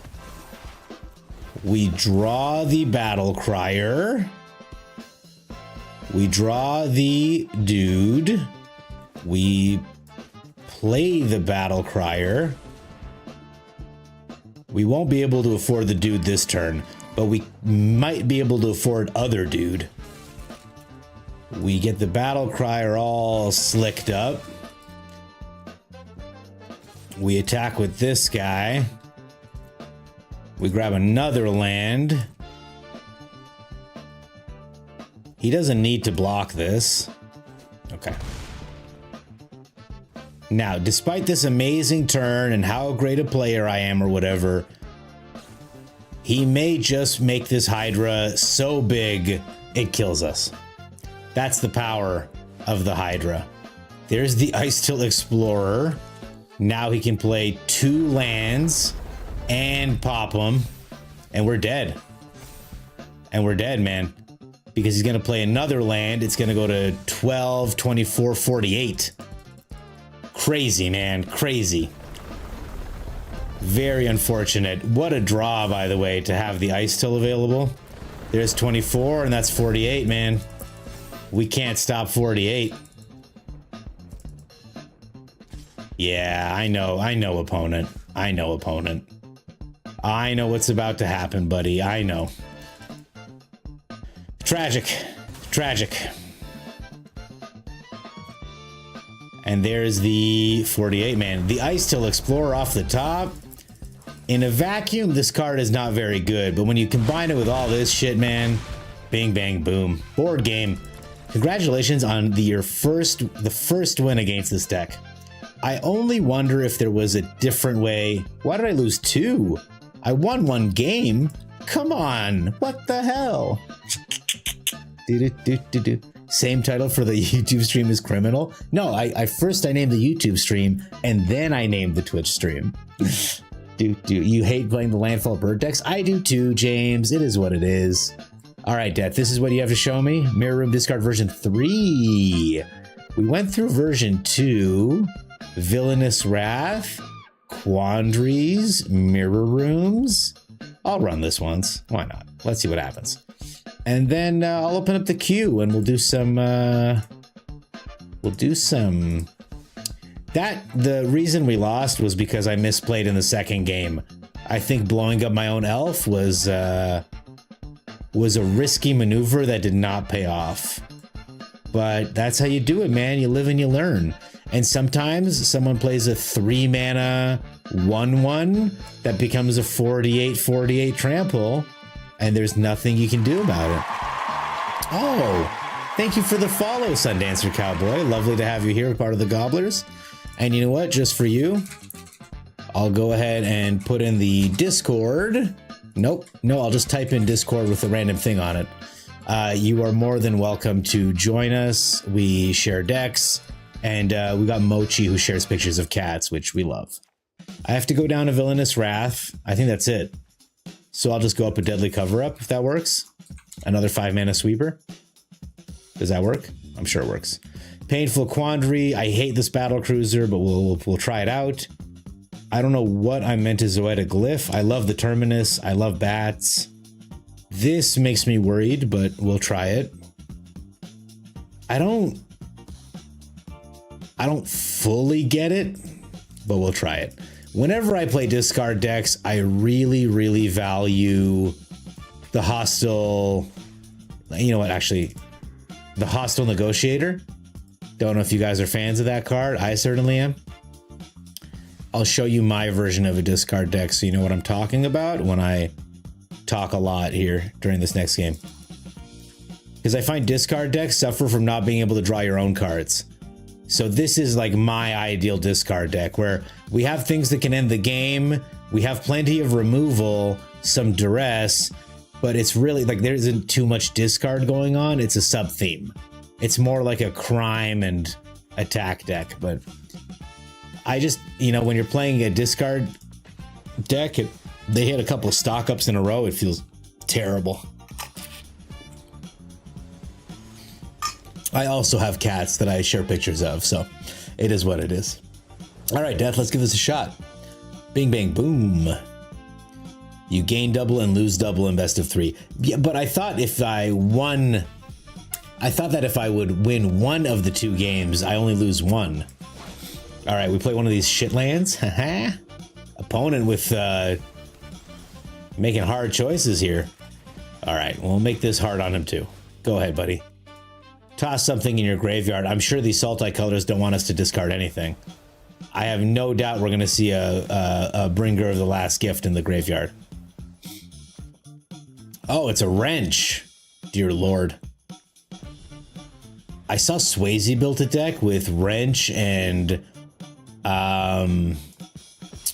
Fortune. It was pretty cool. I am going to play a Sunset Saboteur, or try to. And I'm hoping to hit one more land next turn so we can Vocalist Bat. Double batting someone is always fun. If we don't, we'll just do a Mirror Room and create another Sunset Saboteur, should he survive this turn. What a crazy deck from the opponent.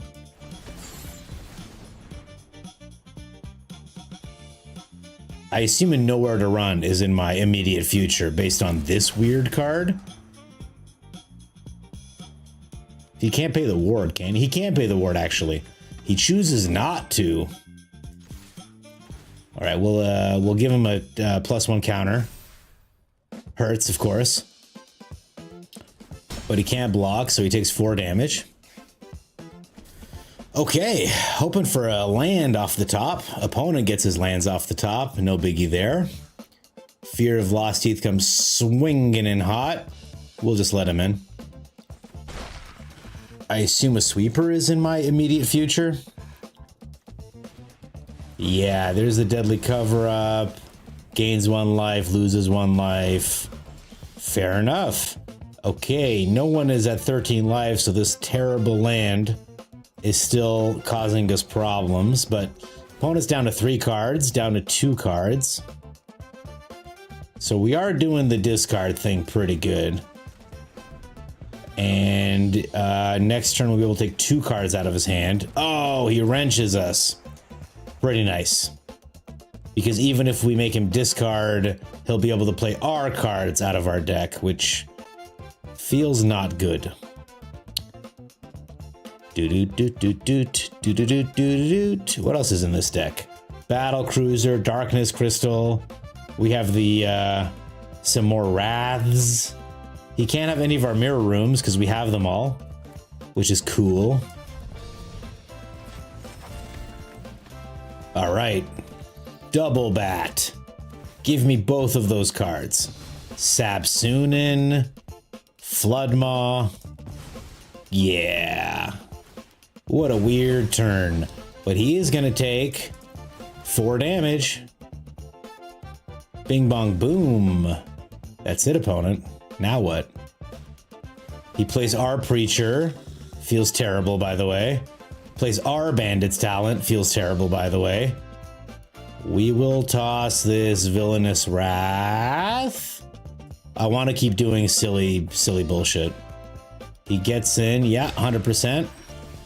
Okay. That's neat.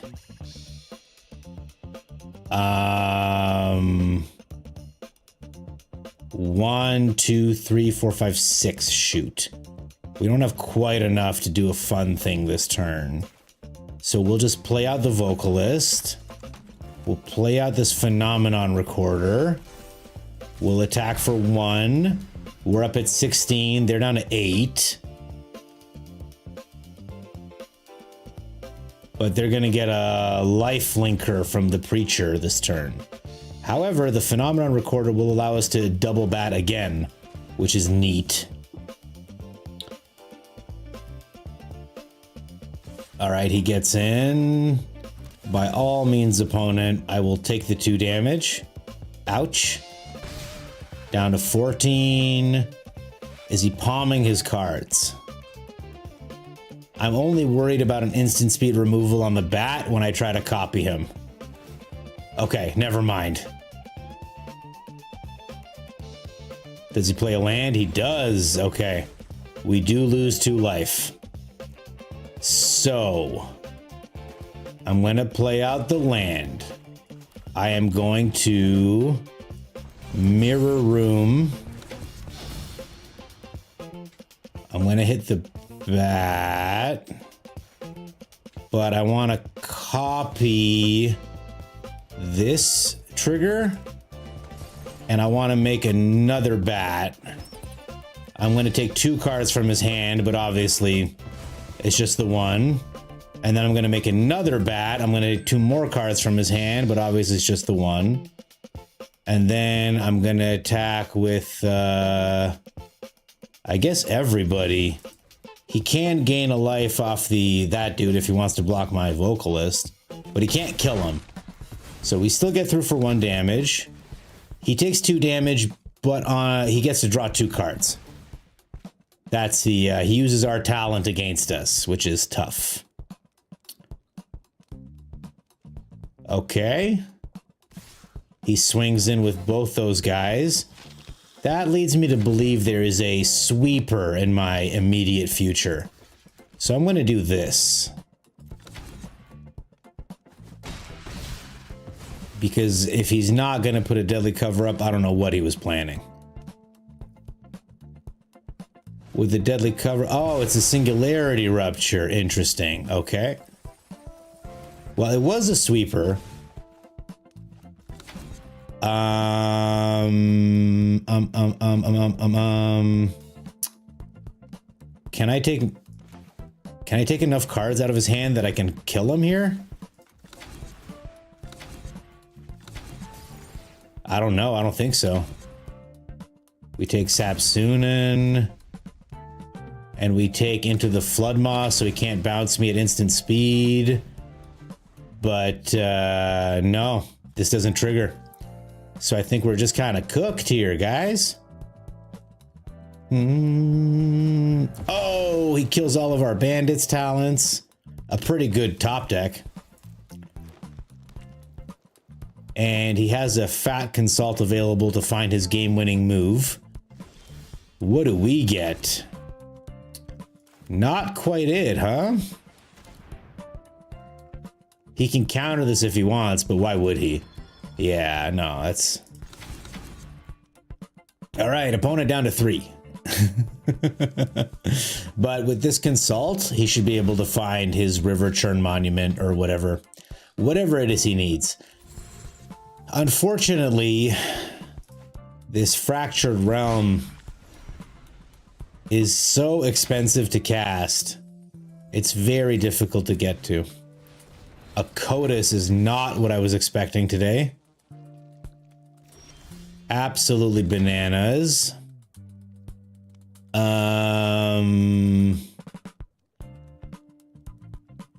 Okay.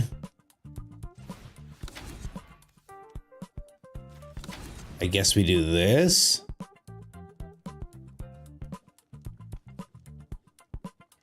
I guess you could just counter it with his 3 steps ahead. Yeah, why wouldn't you, right? Alright, we will attack for 1 damage. Get opponent down to 2. But Codas will mill our deck pretty fast as well. So it really just depends on what he's holding. A very cool mix of Sultai, by the way. And they played it very well. The Maelstrom Pulse was very strong. And, you know, the bats are a fragile win con. Okay, Codas gets in. He's going to do 2 damage. He'll mill 2 of our cards. He'll exile 2 cards. And he can play any of the cards that cost 2 or less. So you can play the Terminus for free, which is pretty cool. Ramps him some more, even. I'm surprised he didn't use the Restless Reef to try to get us down sooner. Okay, very cool. Very cool. Those Bandits talents, man, they cost us. Ouch. It's funny that he kills his own, too. I mean, I know that's the way it works, but... Not really sure what we grab to win the game here. No way to get our bat fatter, like no Karsi Revenant. And even if there was, he scries with this? Discard deck. Opponent down to 2. 1, 2, 3, 4, 5, 6, 7. Oh, man. He exiled the Codas? Crazy. All right. Opponent down to 1. He gets to return a creature to the battlefield. I assume it's going to be Wrench to take 2 more of our cards out of our deck. Do we have much cheap removal? No, we don't have any removal. We just have Deadly Cover-Ups and Villainous Wraths. Do I have anything that just ends the game? Maybe a Bandit's Talent? A Bandit's Talent would end the game, actually. I only have 1 left, though.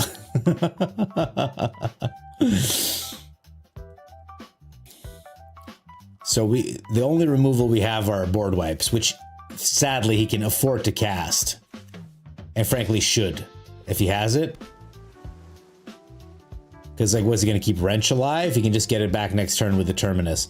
I have, by the way, never seen this harnessed before. It looks so cool.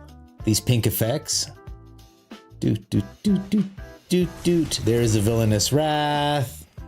He gets those cards back. Now he can just play Sabsunin outright. We are certainly a little behind. Only 14 cards left in our deck. One of them is a Bandit's Talent. He plays our Painful Quandary. We'll get his Wrench out, and we'll double steal cards from him. Jerk that he is. We'll take these 2. And now we'll grab...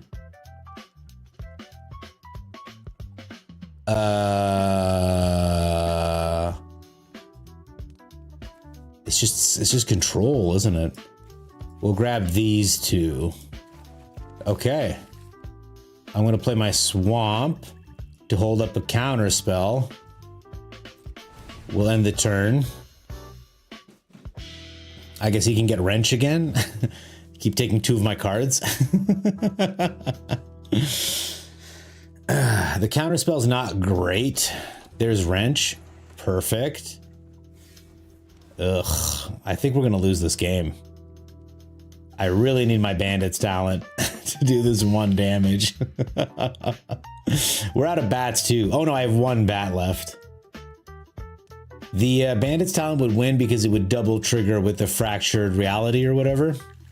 Fractured realm. Okay, he takes two cards from us. Very sad. He's touching our cards.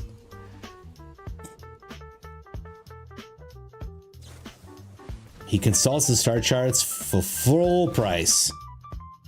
Go ahead, opponent. Find 2 cards. I don't know how we win this game, by the way. I don't know what the... He only has 1 health left, so we just got to get through. Just. Oh my God, Mana Man! Hey, brother! Clear the esplanade for a parade, 'cause it's a raid, it's a raid, it's a raid. Mana Man, how are you, my brother? Hardest working guy in Magic, guys. If you don't know Mana Man, you're doing yourself a disservice. Definitely check out his channel. Brother, how was your stream tonight? I hope you did well. It was fun. We'll go ahead and get rid of this card. We don't need it. So we're up against a Saltai control deck with the Singularity Rupture thing going on here, and they're at 1 health. They're putting the business to us here. We're trying to get ahead of them. It's not going great. He's gonna flood my Darkness Crystal, but that leaves a 1/1 fish. Yes! Oh, Mana Man, what a perfect time for you to raid, brother.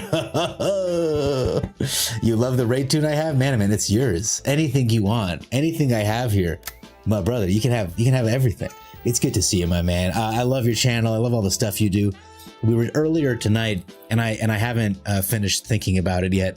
We were talking about if homebrews have a chance to do well in Standard, and I didn't articulate an answer yet, but I thought to myself, Mana Man does that shit every single night. He's a goddamn machine, like, you know? So I also want to say, while I have you here and I have your attention, Mana Man, I love your Venom impression. It just stuck with me for a couple days after you're playing the... Oh, I can't remember his name. Guabob. You're playing Guabob or whatever his name is in the Legal Distinct Venom. And you're like, we are Venom. And I was like, that's really good. It was like a really good. Anyway, great to have you here, man. Thank you so much for the raid. Happy to look after all these wonderful people. Bass Cannon VG, Saren, How's Life Gaming. Oh, all my wonderful friends. It's so good to have you guys here. Welcome. It's so good to be here. Yeah, Cammy, did you see that? Death, it was a cool deck, man. It was pretty cool. Opie forgot about the fish. They were really worried that Wrench was going to get him, man. You had to throw Nemesis and Boros Angels. Okay, there is a limit. Okay, perfect. We are Vigo. Thank you, Vigo is what it is. What constitutes a homebrew, though? Like, how many cards away from a top 15 deck list can you be to qualify as a homebrew list? It's a good question, GM Red Star, because, you know, I've been playing this Teamer Ferocious deck, and I love it, but, like, it's not terribly different. It still has this combo piece, and this combo piece, and these combo pieces, and, you know, and this ramp, and this ramp, and this, like, you know what I mean? There are... Okay, so let's go to another deck that I play that has some of the same cards. Where is it? It's got a brawler on the front of it. It's not as good, but it's the same sort of thing. I guess one of the pieces changes. I suppose if you don't see it on untap.gg, that's your sign that you're running a unique deck. Is this the one? This is a different deck. So, for example, I know that mill decks exist, but I consider this one a homebrew because I don't see people playing these cards. I don't see people playing Aurora Procession ever. I don't see people playing... the only people I see playing Space-Time Anomaly, they're either running the Hope Epstein deck or they're running an Esper mill deck with Singularity Rupture and River Churn Monument anyway. So while this is a familiar combo, these two cards, right? I think that Season of Weaving makes it interesting. I think that Seas makes it interesting. I think that the play pattern of playing a cornucopia down, using an auroral procession to get a second space-time anomaly to end the game on turn 5 is really sick. So I consider this a homebrew. When I put the VV deck together last night, I made all the decisions. I put in the 4 VVs, I put in the 4 Agathas, I put in the 4 Glacials. This doesn't look like the top meta version of the VV deck, but there's nothing special about it. I don't feel accomplished or intelligent for putting this shit together. It's just VV and discard and stuff that rewards you and draw card draw. So for me personally, I think it's if the style of deck, you can have a meta style with like different, like if you're like, okay, I saw Swayze play a deck recently. It was, where's my spike deck? Where is my spike deck? It just says spike deck. I should use the search function, shouldn't I? You guys are right. I hear you in my head.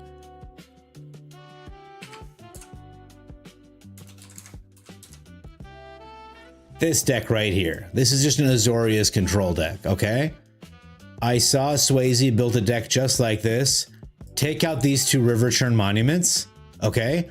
And put in 2 Hive pools. Yeah, this thing. Ding ding, okay?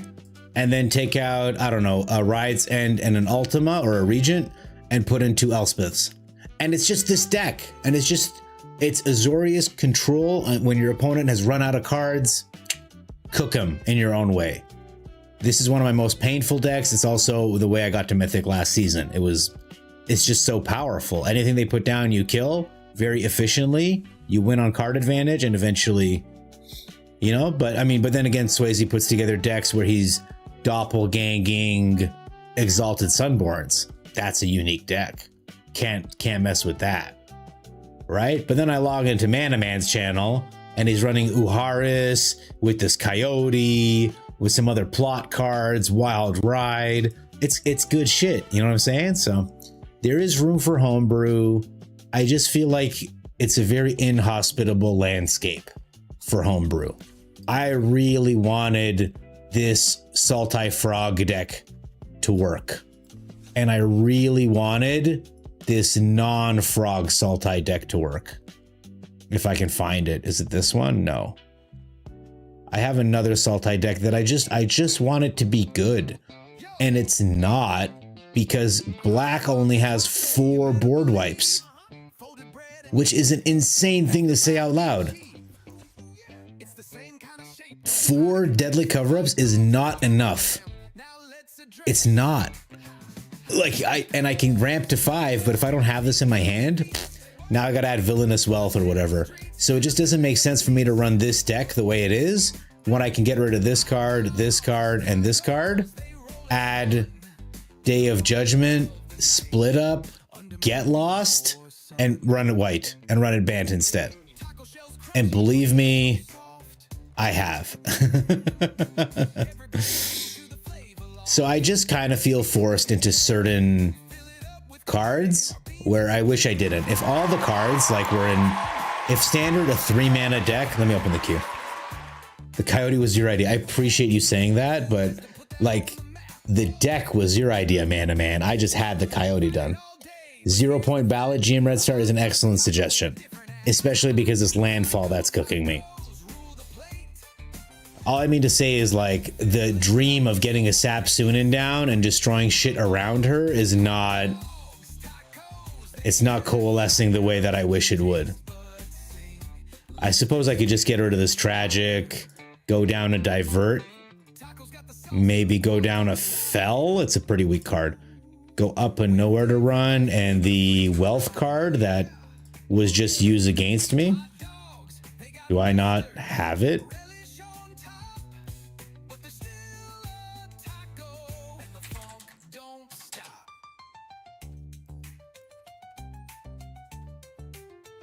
Is it not called Villainous Wealth? Villainous Wrath. I promise I'm literate, you guys. I promise. 0 point ballad. Maybe this is the sauce we were missing, guys. We'll add it in and try it out. Redwood LV. How about 0 point ballad? Ready for challenge? Absolutely, Calper. Queue open. Oh. Well, okay. Well, it's open. So if you guys want, you type in queue and join. Yes, thank you, Calper. You know what's going on. And you can send a challenge right away, Calper, to get it going. Oh, Gobbler. Abomination. Chat is in the way, Abomination. I'm really surprised you haven't seen spectral restitchings using sideboards. It is a cool card, but I think it requires you to take a turn off, which feels not as good. Calper, I'm going to play this deck. It's a little control-y, but I hope you'll forgive me because the win con of this deck is unlimited 3 blind mice, which I feel like is up your alley. So just so you know, but it does have some nonsense to deal with. Oh, wrong colors. I'm sure we'll figure it out. Hey, you guys see my little pizza sauce little monster here? Ain't he cute? Ain't he a cutie pie? Mozzarella tomato sauce. Oh, oh, Jesus Christ. Furion, the Psycho Warrior. Get out of here. All right, hang on. I want to read this card, though. I've never seen it. Equipped creatures have haste. Whenever a non-token equipment enters, create a... Oh, my God. And then you get instant tokens. Cool. Gilgamesh, fire. We'll give the turn off to look for a red source. Oh my God, that feels so good. Still a taco and the funk don't stop. Okay. I guess we're gonna be doing a little shick-shock in here. Gilgamesh, no. Gilgamesh, you monster. So, was that a whiff? Crazy. So if Furion had been down and then you played Gilgamesh and Gilgamesh had hit any equipment, he could have attacked that turn. And then I think you can get another equipment. It would have been a one-hit kill, is what I'm trying to say. Very frightening. Very frightening thing. Okay, okay. Cool, by the way. I never realized how good these cards would go well together, and I appreciate the gruelness of what's happening. We're gonna try to kill Gilgamesh. We're gonna try to kill this elf. Calper, I want a rematch after this, and I won't play this deck. We are going to Shiko and find a stock up. We're gonna stock up into a 3 blind mice. Yes! Love 3 blind mice. Who doesn't? How could you not? Another Gilgamesh. Horrifying. By the way, all this fun stuff I've been doing and talking about or whatever, I could have 40 life. And if Gilgamesh has a big enough hit, it's all over. I'm mana short on this? Why? I don't want to be a mana short. Okay, we'll get a little mouse. We'll get a little rediscover the way going.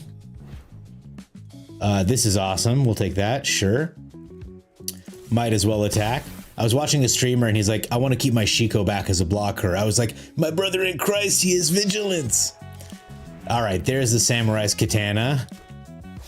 He's got haste now. Dear Lord, everyone batter up the hatches.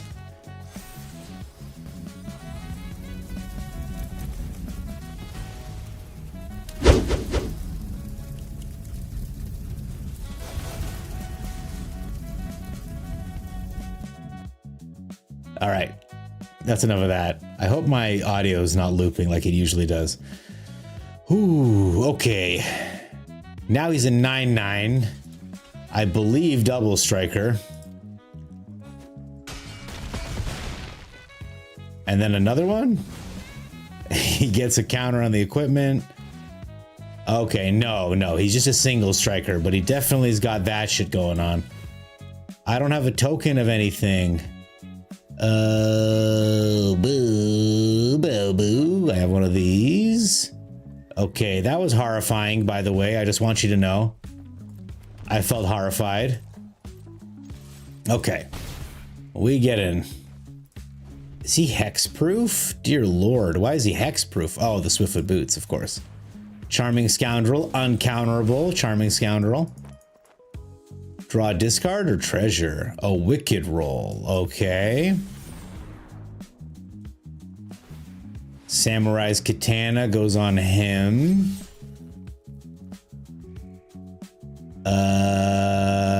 Okay, so before that happens, we're gonna return this to your hand. Deal 4 damage to that. Gain some life. I lose 1 life from the Wicked token. Classic. Oh my god! Oh dear Lord. Okay, yeah, there goes my blocker. Yeah, of course. Yeah, Manifest Dread. That's great. That's fine. There's another chainsaw. Sure. Okay. That's got lifelink now, by the way, in case y'all were curious. I don't know if this is enough. No. Pretty sure I'm dead. Calper, well done. Hey, Sephiroth, good to see you. Gilgachad equip. That was amazing. That was an amazing deck. Gilgamesh is so hard to deal with, and ramping into it, absolutely savage. Absolutely savage. And the problem is I wouldn't have had 3 blind mice going until 2 turns from now, despite all this fun stuff we were doing. Well played, Calper. You never seen that? That is sick, eh? Well done, Calper. GG. GG. Excellent. And you saw I played a ton of interaction. If I hadn't killed the Furion and the first Gilgamesh, all that shit that we saw happening could have happened 2 turns ago. And Calper whiffed on the second Gilgamesh trigger, which was crazy. The third one, or the fourth one in particular, was pretty spectacular, I gotta say. Hi, Summer, welcome. You have another interview tomorrow. That's so exciting. Are you going to tell them about your poisons, various poisons? Would anyone else like to play a game, by the way? Because we're going to swap over to Road to Empress probably in the next 15-20 minutes. So this is the chance here. Homebrews are alive. Now you can sleep peacefully. Man, oh man, you get some rest. You work too hard. You work too hard. Calper, we already did this. But I appreciate what you do. I always leave a like and a comment, and I hope you have a good night, man. Oh, you're not playing? Oh, it's just Calper again. All right, Calper, you're up again. Oh, that's okay, Summer. I wouldn't want you to play Magic a night before your interview. I want you to prep. I want you to have your questions. I want you to have your questions locked in to your mind. You know, like, what's your greatest weakness? You know, what's your greatest strength? Why aren't there any countries in Africa that begin with the letter K? You know, that kind of thing. What do we... I'm going to try this. I'm going to try this deck. My greatest strength is that I have no weaknesses. I'm basically Superman, yeah? Over double checking stuff. I don't know. Oh, by the way, Calper, I only just noticed that you're running the Gilgamesh avatar as well. I appreciate the dedication. We're going to make this green. We're going to pay 2 life, and we're going to get our fungus down. A siren. Interviewer here. Your opponent didn't play Screaming Nemesis on turn 3 and played it on turn 4. What could this imply? That's awesome. You need to build a new standard deck. Mine all rotated out a few months ago. Yeah, Cammy, that is kind of the problem with all of this.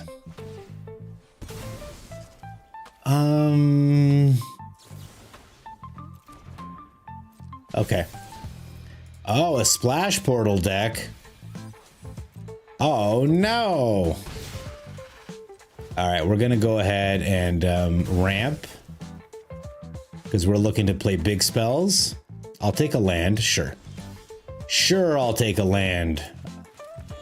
We will play the Keen-Eyed Curator, and we will prevent the ramp from happening anymore. Fortune. Fortune the Loyal Steed. A Fortune splash portal deck. Something is getting cheated in next turn. I assume a Diddler. I assume it's going to be that rotten, no good Riddler. Instant creature artifact sorcery. Well. Well, let's see if Calper takes the bait. They don't. We'll do a little exiling. We'll do a little cheeky exiling. We'll do a little cheeky exiling. And we'll do a little cheeky exiling. Oh my god, Steroid Raccoon! 2 mana, 7/7 trample. Why? Why is this allowed? Alright, diddle me this, jackass.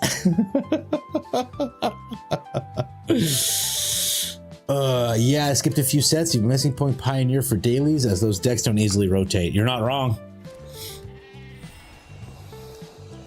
Alright, Fortune saddles there.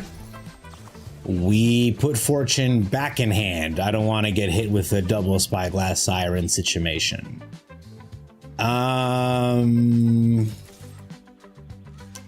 Question mark?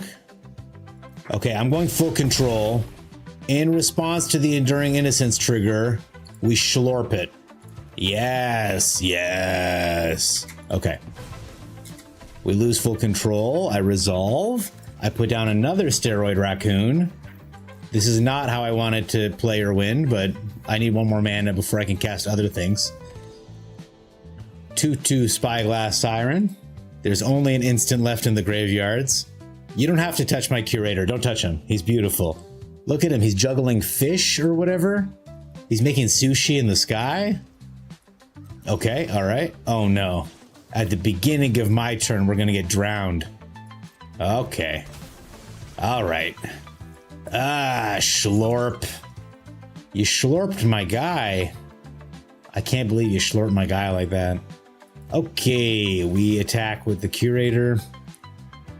Double blocks? Single blocks? Single block. I'll take a single block. All right, we end the turn. One more mana and we're really into this, but the cool thing about the Floodpits Drowner is if you do the thing with Fortune, you can double tap opponent's stuff. I was expecting a Kaido to show up, to be perfectly honest. A Mirror Room, you're gonna make another one? You dirty dog. All right, stun my guy, why don't you? And get rid of him, dear lord. My Steroid Raccoons, they're all gone.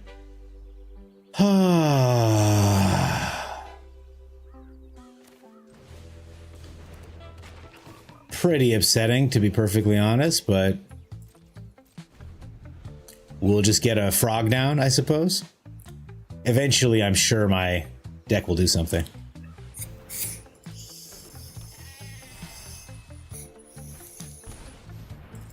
There's Fortune. Free card draw. Scry first.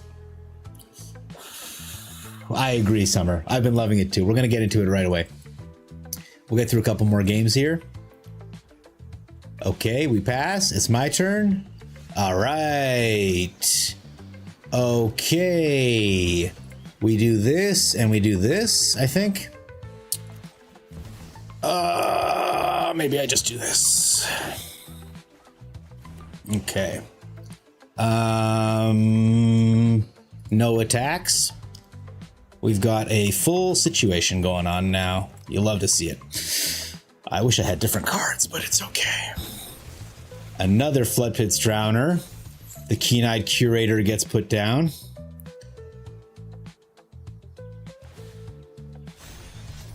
All right, Fortune gets saddled. Fortune gets in. I am going to block because my life total is important to me. But now the Drowner comes back and taps down my River Lurker. However, we have mana to do stuff now, which is really exciting. Oh, he's just going to tap down my curator even more. No steroid raccoon for me.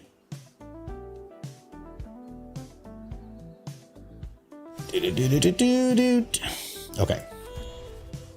We are going to play an insidious fungus.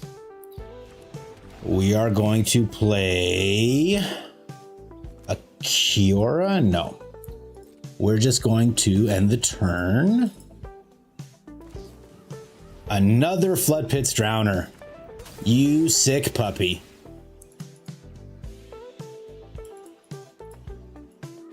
Can he pay the ward cost? Okay. Yeah, that's tough, but we deal with it.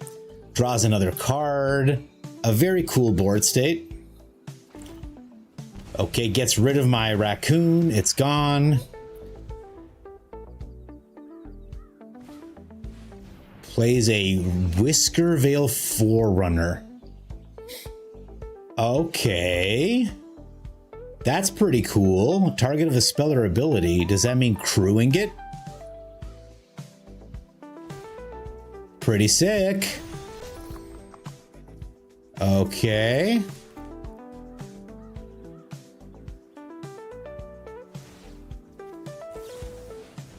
We'll just get rid of your fortune. Surprised you didn't attack with anybody else. But you do get the Whisker Veil to come back. And a Charming Prince. Okay. Scamming the Whisker Veil, are you? Draws another card. And there's no shot a normal human wouldn't have attacked with these guys. I'm just saying. I'm just saying. Okay. Draws a card.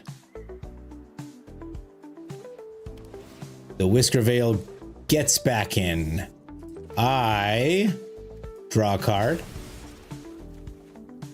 And I play this, and I put it on blue, and I enter it tapped.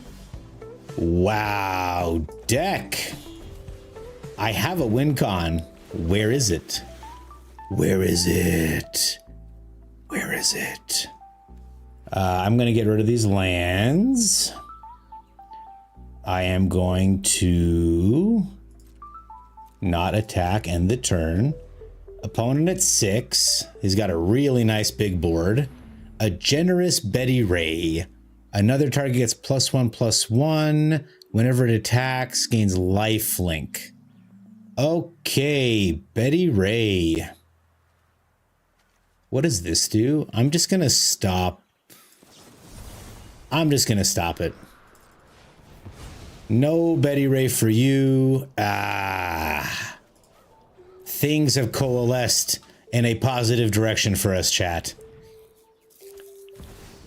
A mirror room. Making a copy of the Whisker Veil Foreigner gets the Whisker Veil trigger anyway. Despite our best efforts to stop it, Calper has done it. Gets a free Spyglass Siren down. Very cool. Innocence draws another card. Gets another 4-Veil Windrunner. Now, my only question to chat is if someone could just check in. A Kite Sail Larcenist. Oh my god. Gets rid of our Kiora. Turns her into a treasure. Okay, okay. And now there is a land and another treasure. Gets in with the Whisker Veil and no one else? Really? Not even a little... Yeah, that's what I thought. We'll do a little... You know what? No, we'll just do one of these. Okay. It's my turn now. That's the thing about all the stuff you have. None of it's a merfolk. Oh, those two are merfolk. Dear Lord. They're all merfolk. So...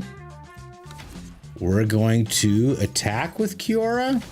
Make a octopus. Trade. As you wish. And we end the turn here. And we've got some options open. But we should be in a much better position than we were before. Kite Sail Larcenist lands. Turns my Leviathan into a treasure. Okay. pays the ward. We put the Leviathan back into our hand. And he can do whatever he needs to do with the Whisker Veil.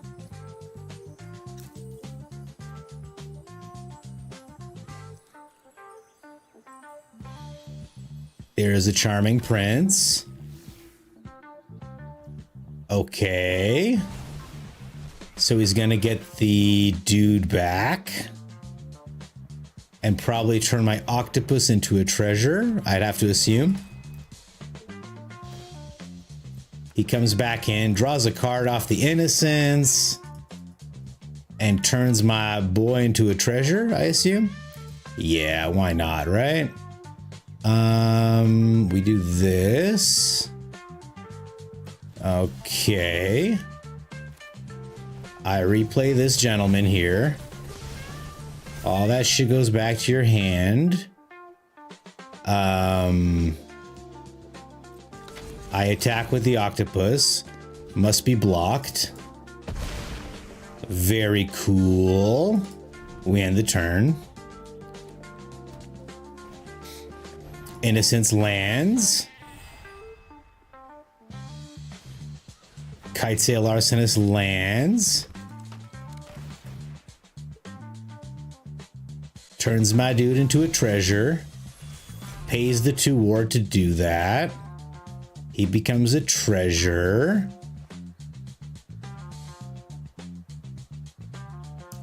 Two mana left. Attacks. We'll take it.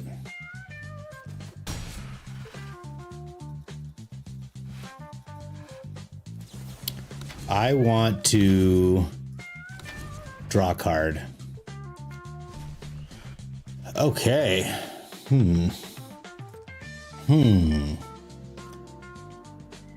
So now we have to ask ourselves, does opponent have removal?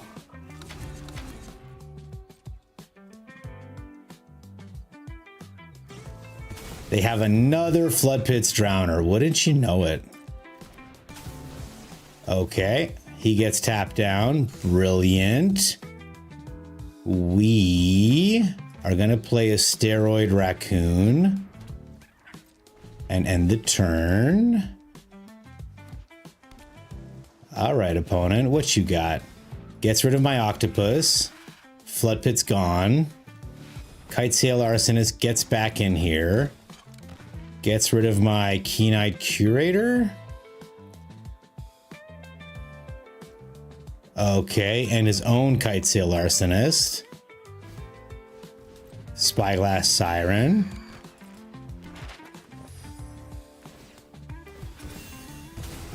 Gets another critter onto the battlefield. What a relentless deck, dear lord. All right, turns them into treasures. Why not? It's another blocker gone. We aetherize this thing back to his hand.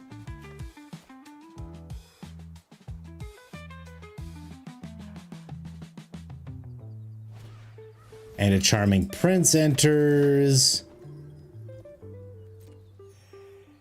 All right, we pay this to cycle this card because we are running out of options. Okay.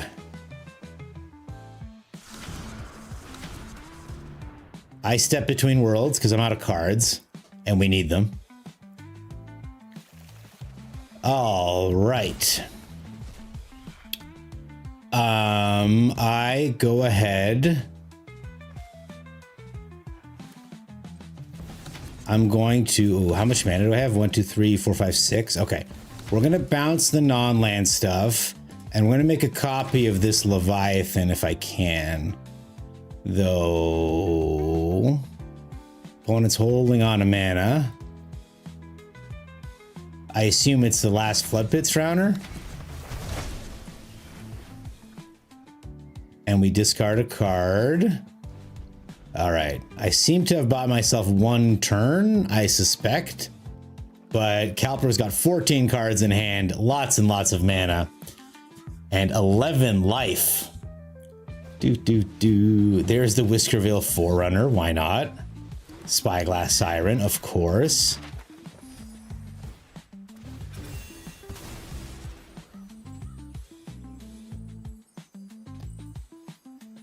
There's the Floodpits Drowner, perfect. In case you were worried he wouldn't hit it, he did, don't worry. Oh, all right. 3 mana left to go.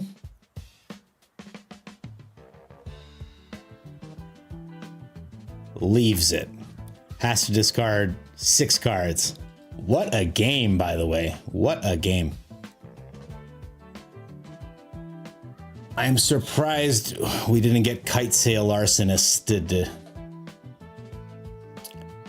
I'm surprised we did not get Kite Sail Larcenisted.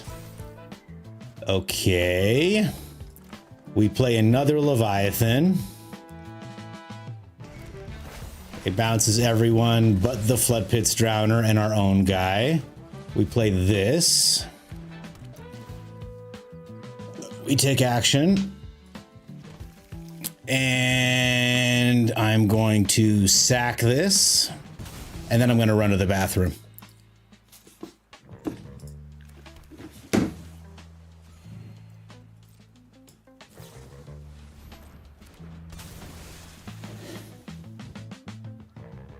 Okay, he gets tapped down.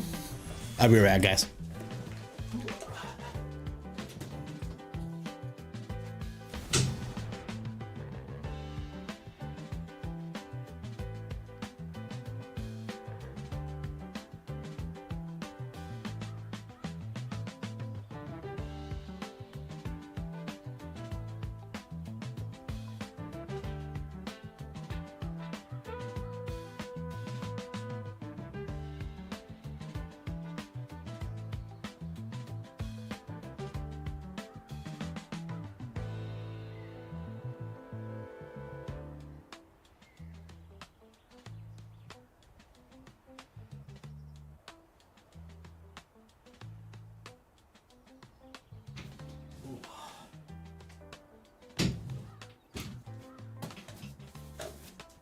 Sorry, guys.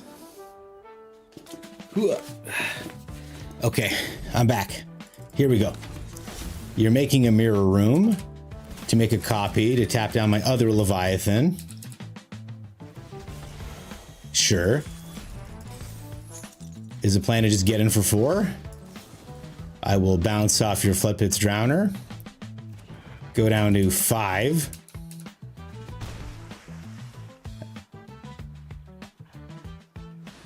Unlocks the Fractured Realm. Okay. Cool.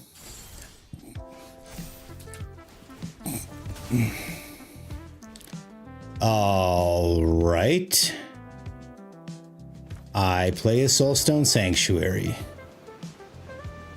I play a Keen-Eyed Curator. So we bounce everything, we make a copy.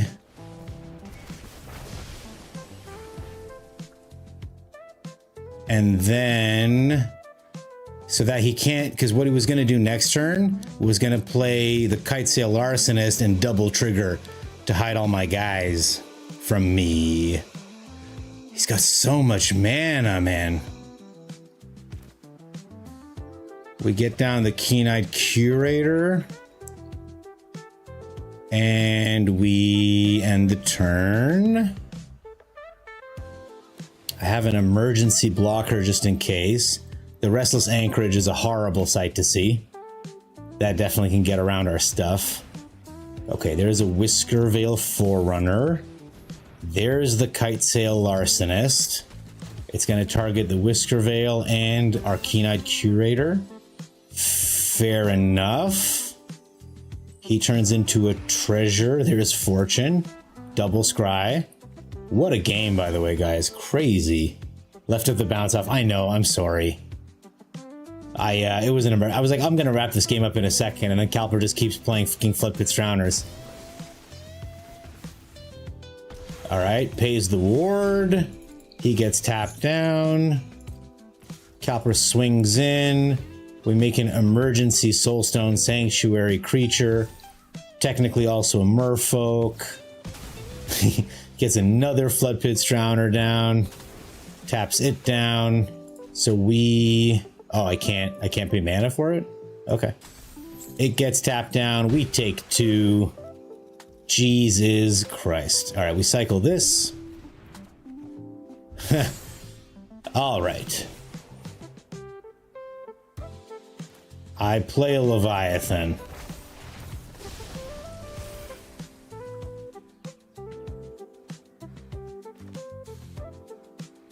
I play a Heaped Harvest.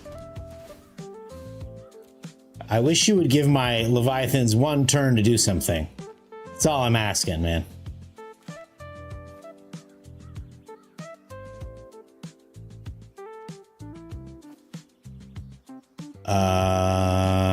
Let's get him down. I think I can... Oh, shit, never mind. That was a mistake.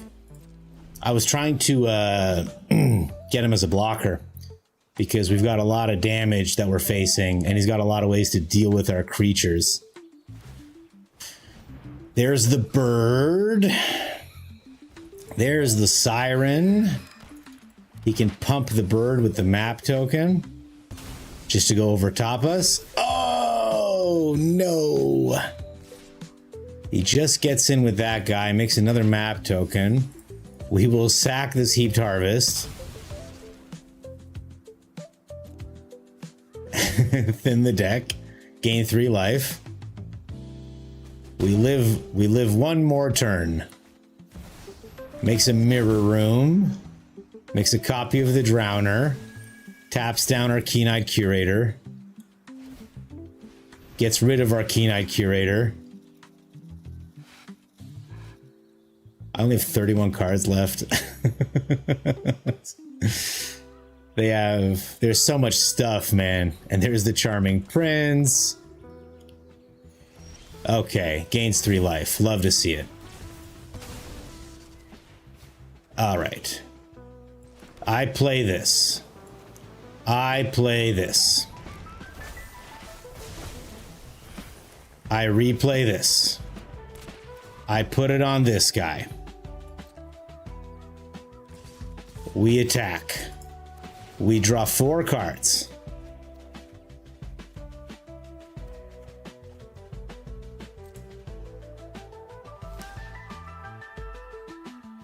We lose the Soulstone Sanctuary. We get the Leviathan back to rebounce the Long River Lurker. We put down Kiora. We put away the land, and we put away the other Kiora. We put down a Keen-Eyed Curator. We end the turn. We've got some board state, but opponent has shown us they are not afraid.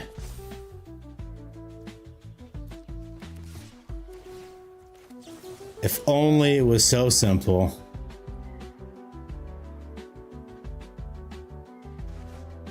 Oh, man. Those goddamn restless. These manlands have killed me in so many games, y'all. All right. There's the Larcenist. It deals with our Steroid Raccoon. There's a Charming Prince. Gains life. Gains life.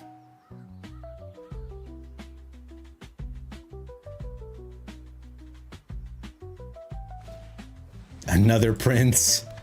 I assume gains life. Yeah, why wouldn't they? This is a silly game. This is a super silly game. All right. Oh shoot, what? Oh, I don't want to. No, that's fine.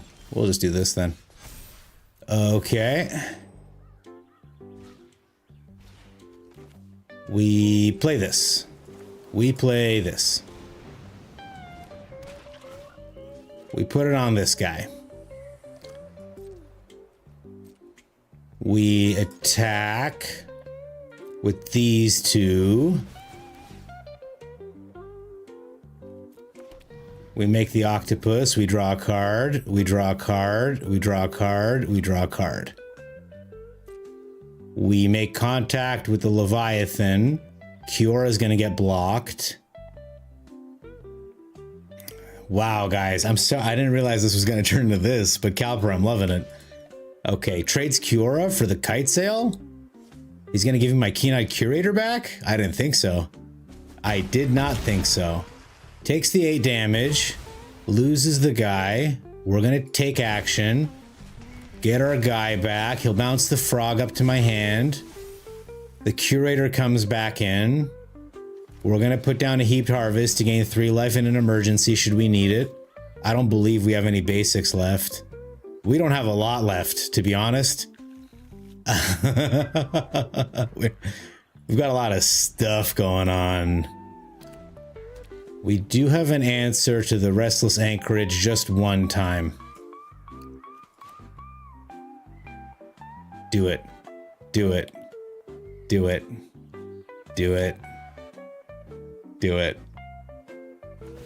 Okay, okay. There he is. When we bounced him, we reset the counters, which was really nice. Okay.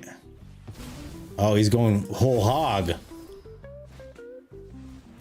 Okay, there's a Spyglass Siren. Another map token to try to get it over 6, I guess, because they know we're going to gain 3 life here. A splash portal. This is great, by the way. I'm really enjoying this. This massive investment into this manland. Okay. Doesn't want the Iron Crag, though. That was just for shits. You can go ahead and have that back. And the most annoying deck in the world lives on. We will take action. We will decline. We'll get to 6. All right. 1, 2, 3, 4 mana left on the old Calpurchino. But he might have 11 life to deal with. God damn it. Why? You can just leave my Curator alone. He's fine. Don't worry about him. Okay. There's the Spyglass Siren on top. Oh boy, guys. Did we do it is my question. Did we do it? We do this. We do this. We swing. I think we did it. Though, what a game. I nearly pissed myself trying to beat it. Trying to beat Calper here. Alright. They can only block the Keen-Eyed Curator, but we're gonna steroid him up. Give me that creature. Give me that artifact. Give me that land. What a game, man. What a game. I'm exhausted. Give me, yeah, there you go. There's the Leviathan for the win. Oh, dear Lord. What a sticky deck you got there. But we did it, guys. It only took every single card in our deck. GG's, man. I'm glad you enjoyed that game. All right, I did leave a bounce off. Okay, guys, I'm so sorry that took so long. Let's get this wrapped up. Q next. Oh, by the way, excellent deck, Calper. And really good adaptation. I can't believe I joined it. Really good to adapt. Beta Brett, you're next, my friend. You're about to quit early to save time. No, that was fun. It was a good deck. Really good way. The way you rolled into casting only merfolk was really, really excellent, because you identified very quickly that they would land. And very good restraint to not swing with your Enduring Innocence. I thought for sure I was going to bounce that, but it was a good match, right, Death? I like games like that, especially like when you're playing against friends, you know, community members. It's like not the same. You make the challenge, best of when you make the challenge, Beta Bread. I'm just gonna sit here and accept the challenge. But I may ask GM Red Star to go tomorrow, but we'll do a whole best of 3. I'm not playing that deck again. All right, I'm playing Hope We Find Ugin, Beta Bread. I hope it goes well. Yeah, take it. Hi, YouTube. Can you type in red here too? Color equals red. Yeah, you can. Hey, suckers. Perfect. Hello, YouTube. You can skip. No, but GM Red Star. It's not a skip. It's I'm asking you nicely. We do a double. We do a double tomorrow. Because I got to get through 1 chapter of Empress tonight. Okay, we keep. We keep. This is such a good card. Nobody plays this card, but it's such a good card. Never be afraid of Jeskai artifacts ever again. Arabella? Oh no. I smell an Anim Pakal on the way. Do you guys smell that? Smells like Anim Pakal to me. Disgusting. One of the best cards, by the way.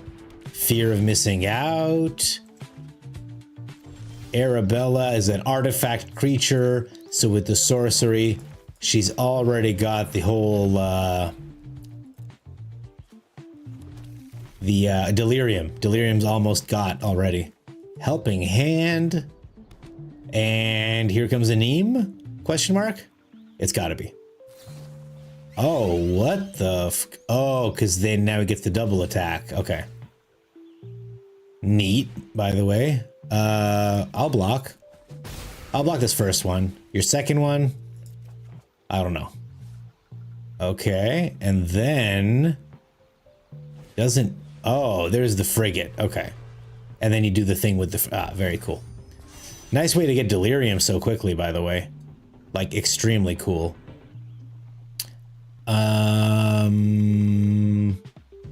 3. Get a land. Soul Guide Lantern. Take away Delirium. End the turn. I'm sorry I took away your Delirium, but I had to. Also, it just shows that the deck can do more than just find Ugin. But we're looking to find Ugin. Look at that, guys. I knew it. I knew it. Anim is a card, man. I'll tell you that. A 2/2 because he has the frigate on, huh? Well, we will not block. We'll pass. Yeah, why wouldn't you? Let's see if I can find Ugin. It's called Hope We Find Ugin. What the hell? Okay.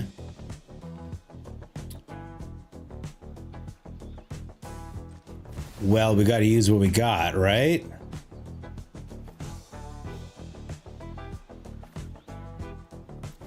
So we're going to do this and this. Draw 5 cards. Surprisingly, none of them are Ugin. We get in for 5, but it may already be too late.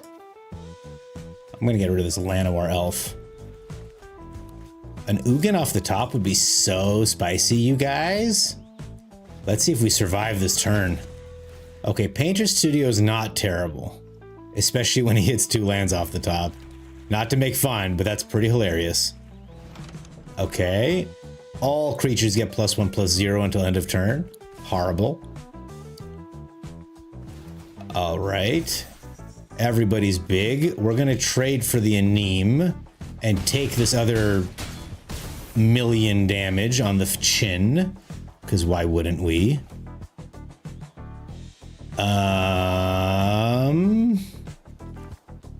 I'll play a Simulacrum Synthesizer. Is he a flying? Shit. Okay, we're dead.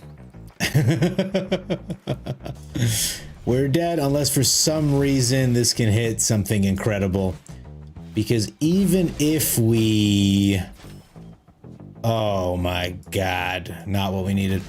even if we weren't able to clean all this up, he can just get this thing flying lifelink and swing it in for 3. But as such, we don't have enough blockers. If only we found Ugin instead of 3 Seasons of Gatherings and another Anim Pakal off the top. Beautiful. Well, at least this game went a little bit faster than the last one. No, surely you should just attack with the ground, guys. Come on. Oh, Beta Brett lets me live for 1 more turn. And he leaves. What a classy guy. No, he had us hard, especially because he had Delirium again. A very cool deck, Beta Brett. Very nice. Oh, yeah? All right, GM Red Star. We'll play some unranked VV. Yeah, we're doing it, guys. Thank you, so punt with FOMO. Yeah, I'm sure, Beta Brett. I'm sure you punted and didn't just concede to make me feel less like a chump, which I really appreciate. Thank you so much. Great games, guys. Calper, that game was so sweaty. I'm glad we both figured it out, and I'm sorry that I had to bounce your Restless Anchorage 3 times.